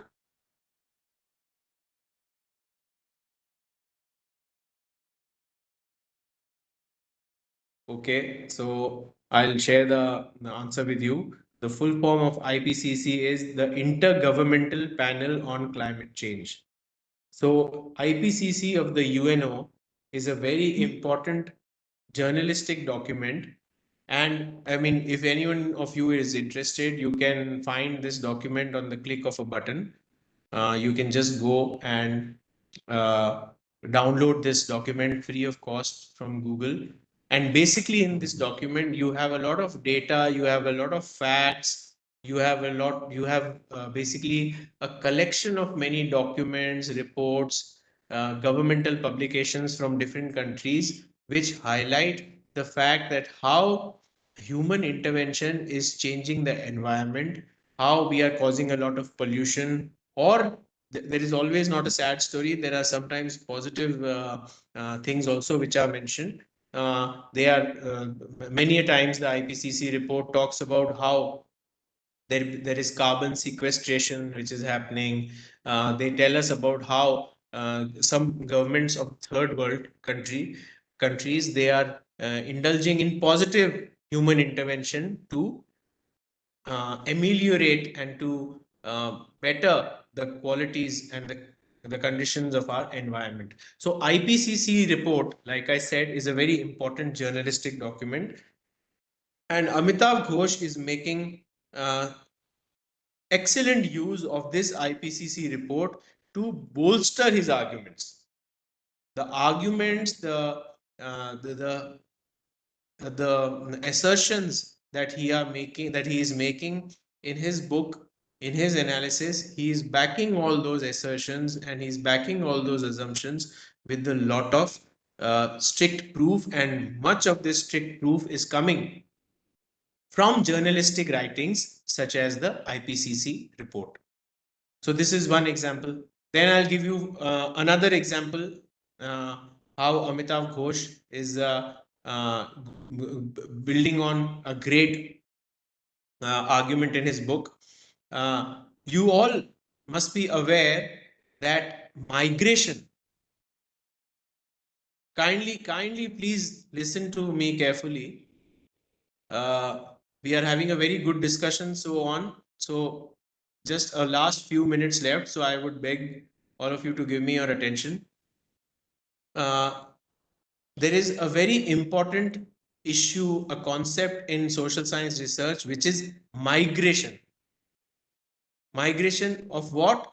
Migration of men, women, and other refugees, or refugees is a very incorrect word to use, but migration of people from one part to the other. Now, as historians and as scientists, as political scientists, we would think that migration is only a problem which used to exist in the history or before independence. But if we look around, then we see that migration is a problem even now. There is such a horrible war going on in the Gaza Strip between Israel and Palestine. About 20 lakh Gazans have been forced to flee away from their homelands. So it's a refugee crisis. It is a crisis of migration. Similarly, hundreds and thousands of Syrian migrants, Syrian people have migrated to Europe, and there is a lot of tension and there is a lot of confrontation happening in Europe because of this migration. So migration is a great theme in social science research. So similarly, Amitav Ghosh, in building his entire argument, he is relying on the experts in the field of migration. He's relying on reports being published by migration specialists. He is relying on different publications brought out by UNO and its agencies. And he is relying on books written by specialists in the history of migration and in the economic history of migration. And then he gives a very interesting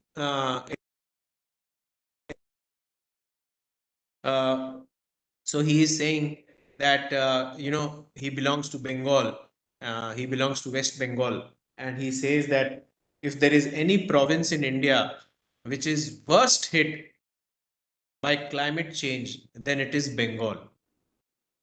And he is saying that one day he was please listen to this, please keep your ears open. It is a very interesting fact that I'm sharing with you. So in that book, Amitav Ghosh says that one day he was he went to Italy. He was, while working on his book, while employing multidisciplinary research, he got the help of a migration refugee helping organization, and as a volunteer of that organization, he landed in Italy, in one small tiny little port of Italy which opened on the Mediterranean Sea. And this point was very important because thousands and lakhs of migrants from Syria and Africa used to do illegal crossings into Italy at this point.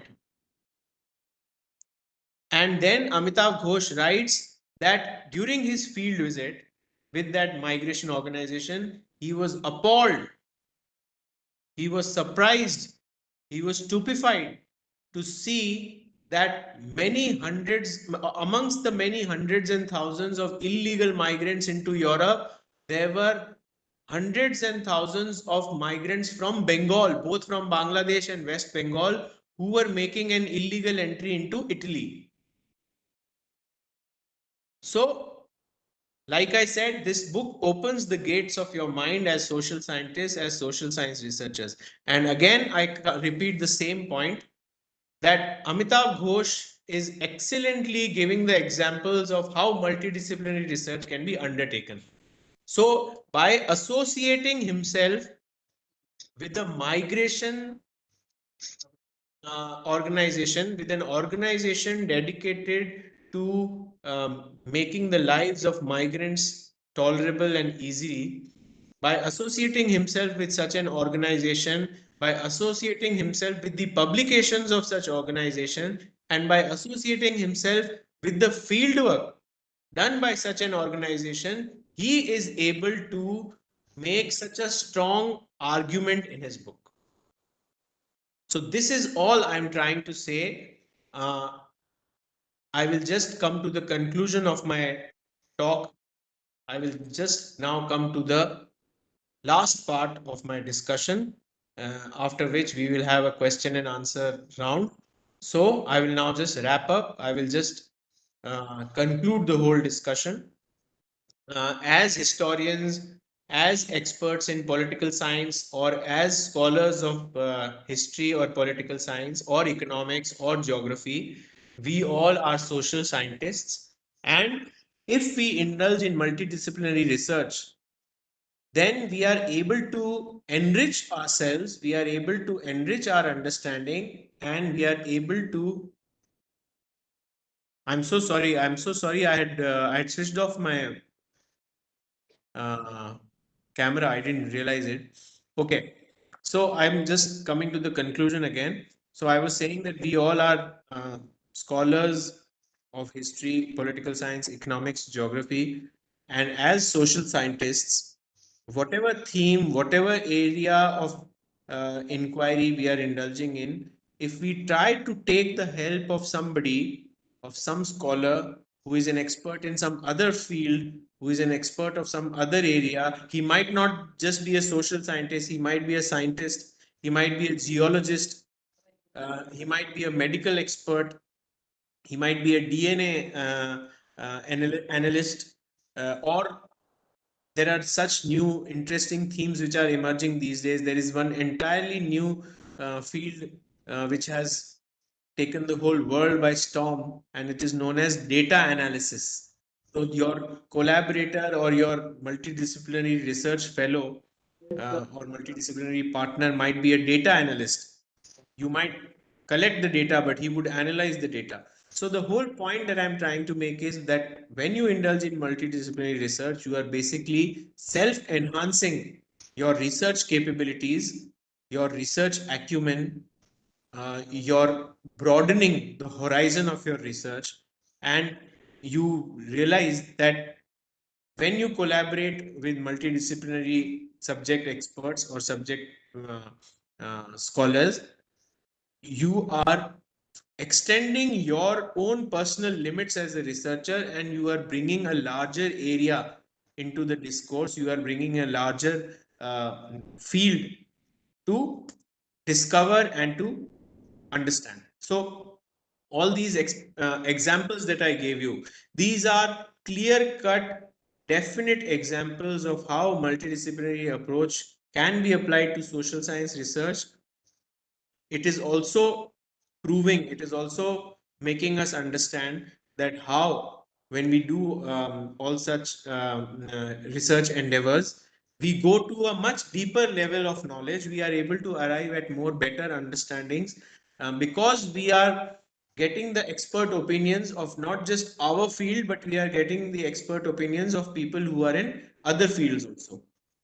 So, if you remember the walrus ivory and the ivory trade example that I shared with you, if I personally all alone would have undertaken that entire research, my research article or my book or my thesis would be very unidimensional. But because we collaborated and we made a group of 4 or 5 scholars, which included historians, economists, geologists, scientists, it was because of such collaboration that we were able to understand that basically ivory trade in medieval world was not just limited to Asian and elephant ivory. It was also uh, uh, being furnished by walrus ivory from the Scandinavian coast, and we were also able to trace the different trade routes and the different mechanisms through which this trade was functioning.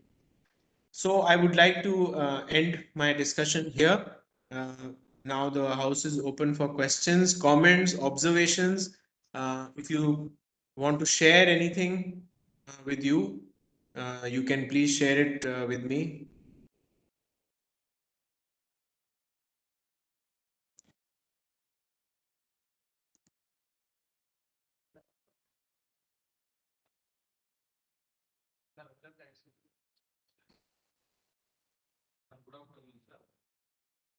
would like to know regarding the Amitav Ghosh book, the Nutmeg's Curse. Was it built on historical facts or fiction? The other question is, you have mentioned the migration in Palestine and from Syria was based on different aspects. Does migration also covers under this environmental history? These are my two questions. Thank you. I could not get the first question. Can you please repeat? The first question, the book Nutmeg's Curse was based on facts or fiction? Okay. Okay. Very good questions. To answer your first question, the Nutmeg's Curse is entirely non-fiction. It is not a fictional book. Though Amitav Ghosh is a very famous and phenomenal fictional writer, he has written books like The Sea of Poppies and The River of Smoke, and he has written a lot of fictional books. But this book is his non-fiction book. It is not at all fiction. It is completely and entirely based on facts and multidisciplinary research. And it is an excellent textbook for environmental history. It is not at all fictional. Coming to your second question, of course, migration is a theme which holds true in medieval Indian history also. There is a very renowned professor in IIM Ahmedabad, Indian Institute of Management in Ahmedabad. The gentleman's name is Professor Chinmay Tumbe. He has written a book which was published in 2022. It is called The Age of Pandemics. Of course, that book is entirely dedicated to modern history. But even in that book, you can get some glimpses about how migration was happening in medieval times also. Of course, when you talk about migration in medieval times, then there is a paucity, then there is a shortage of facts, statistics. We do not get the same statistics which we get from the 19th century onwards. But migration was there. It is completely uncontested. There was large, massive scale migration even in the medieval times, and there are different sources to understand that migration. There are different sources to research on that migration. But it is a fact that large scale, massive migration used to happen in medieval centuries also. And it was a very important component of human history even in the medieval times. Okay, sir. Thank you. Any other participants to answer any questions? If there are no questions, so we should conclude our session.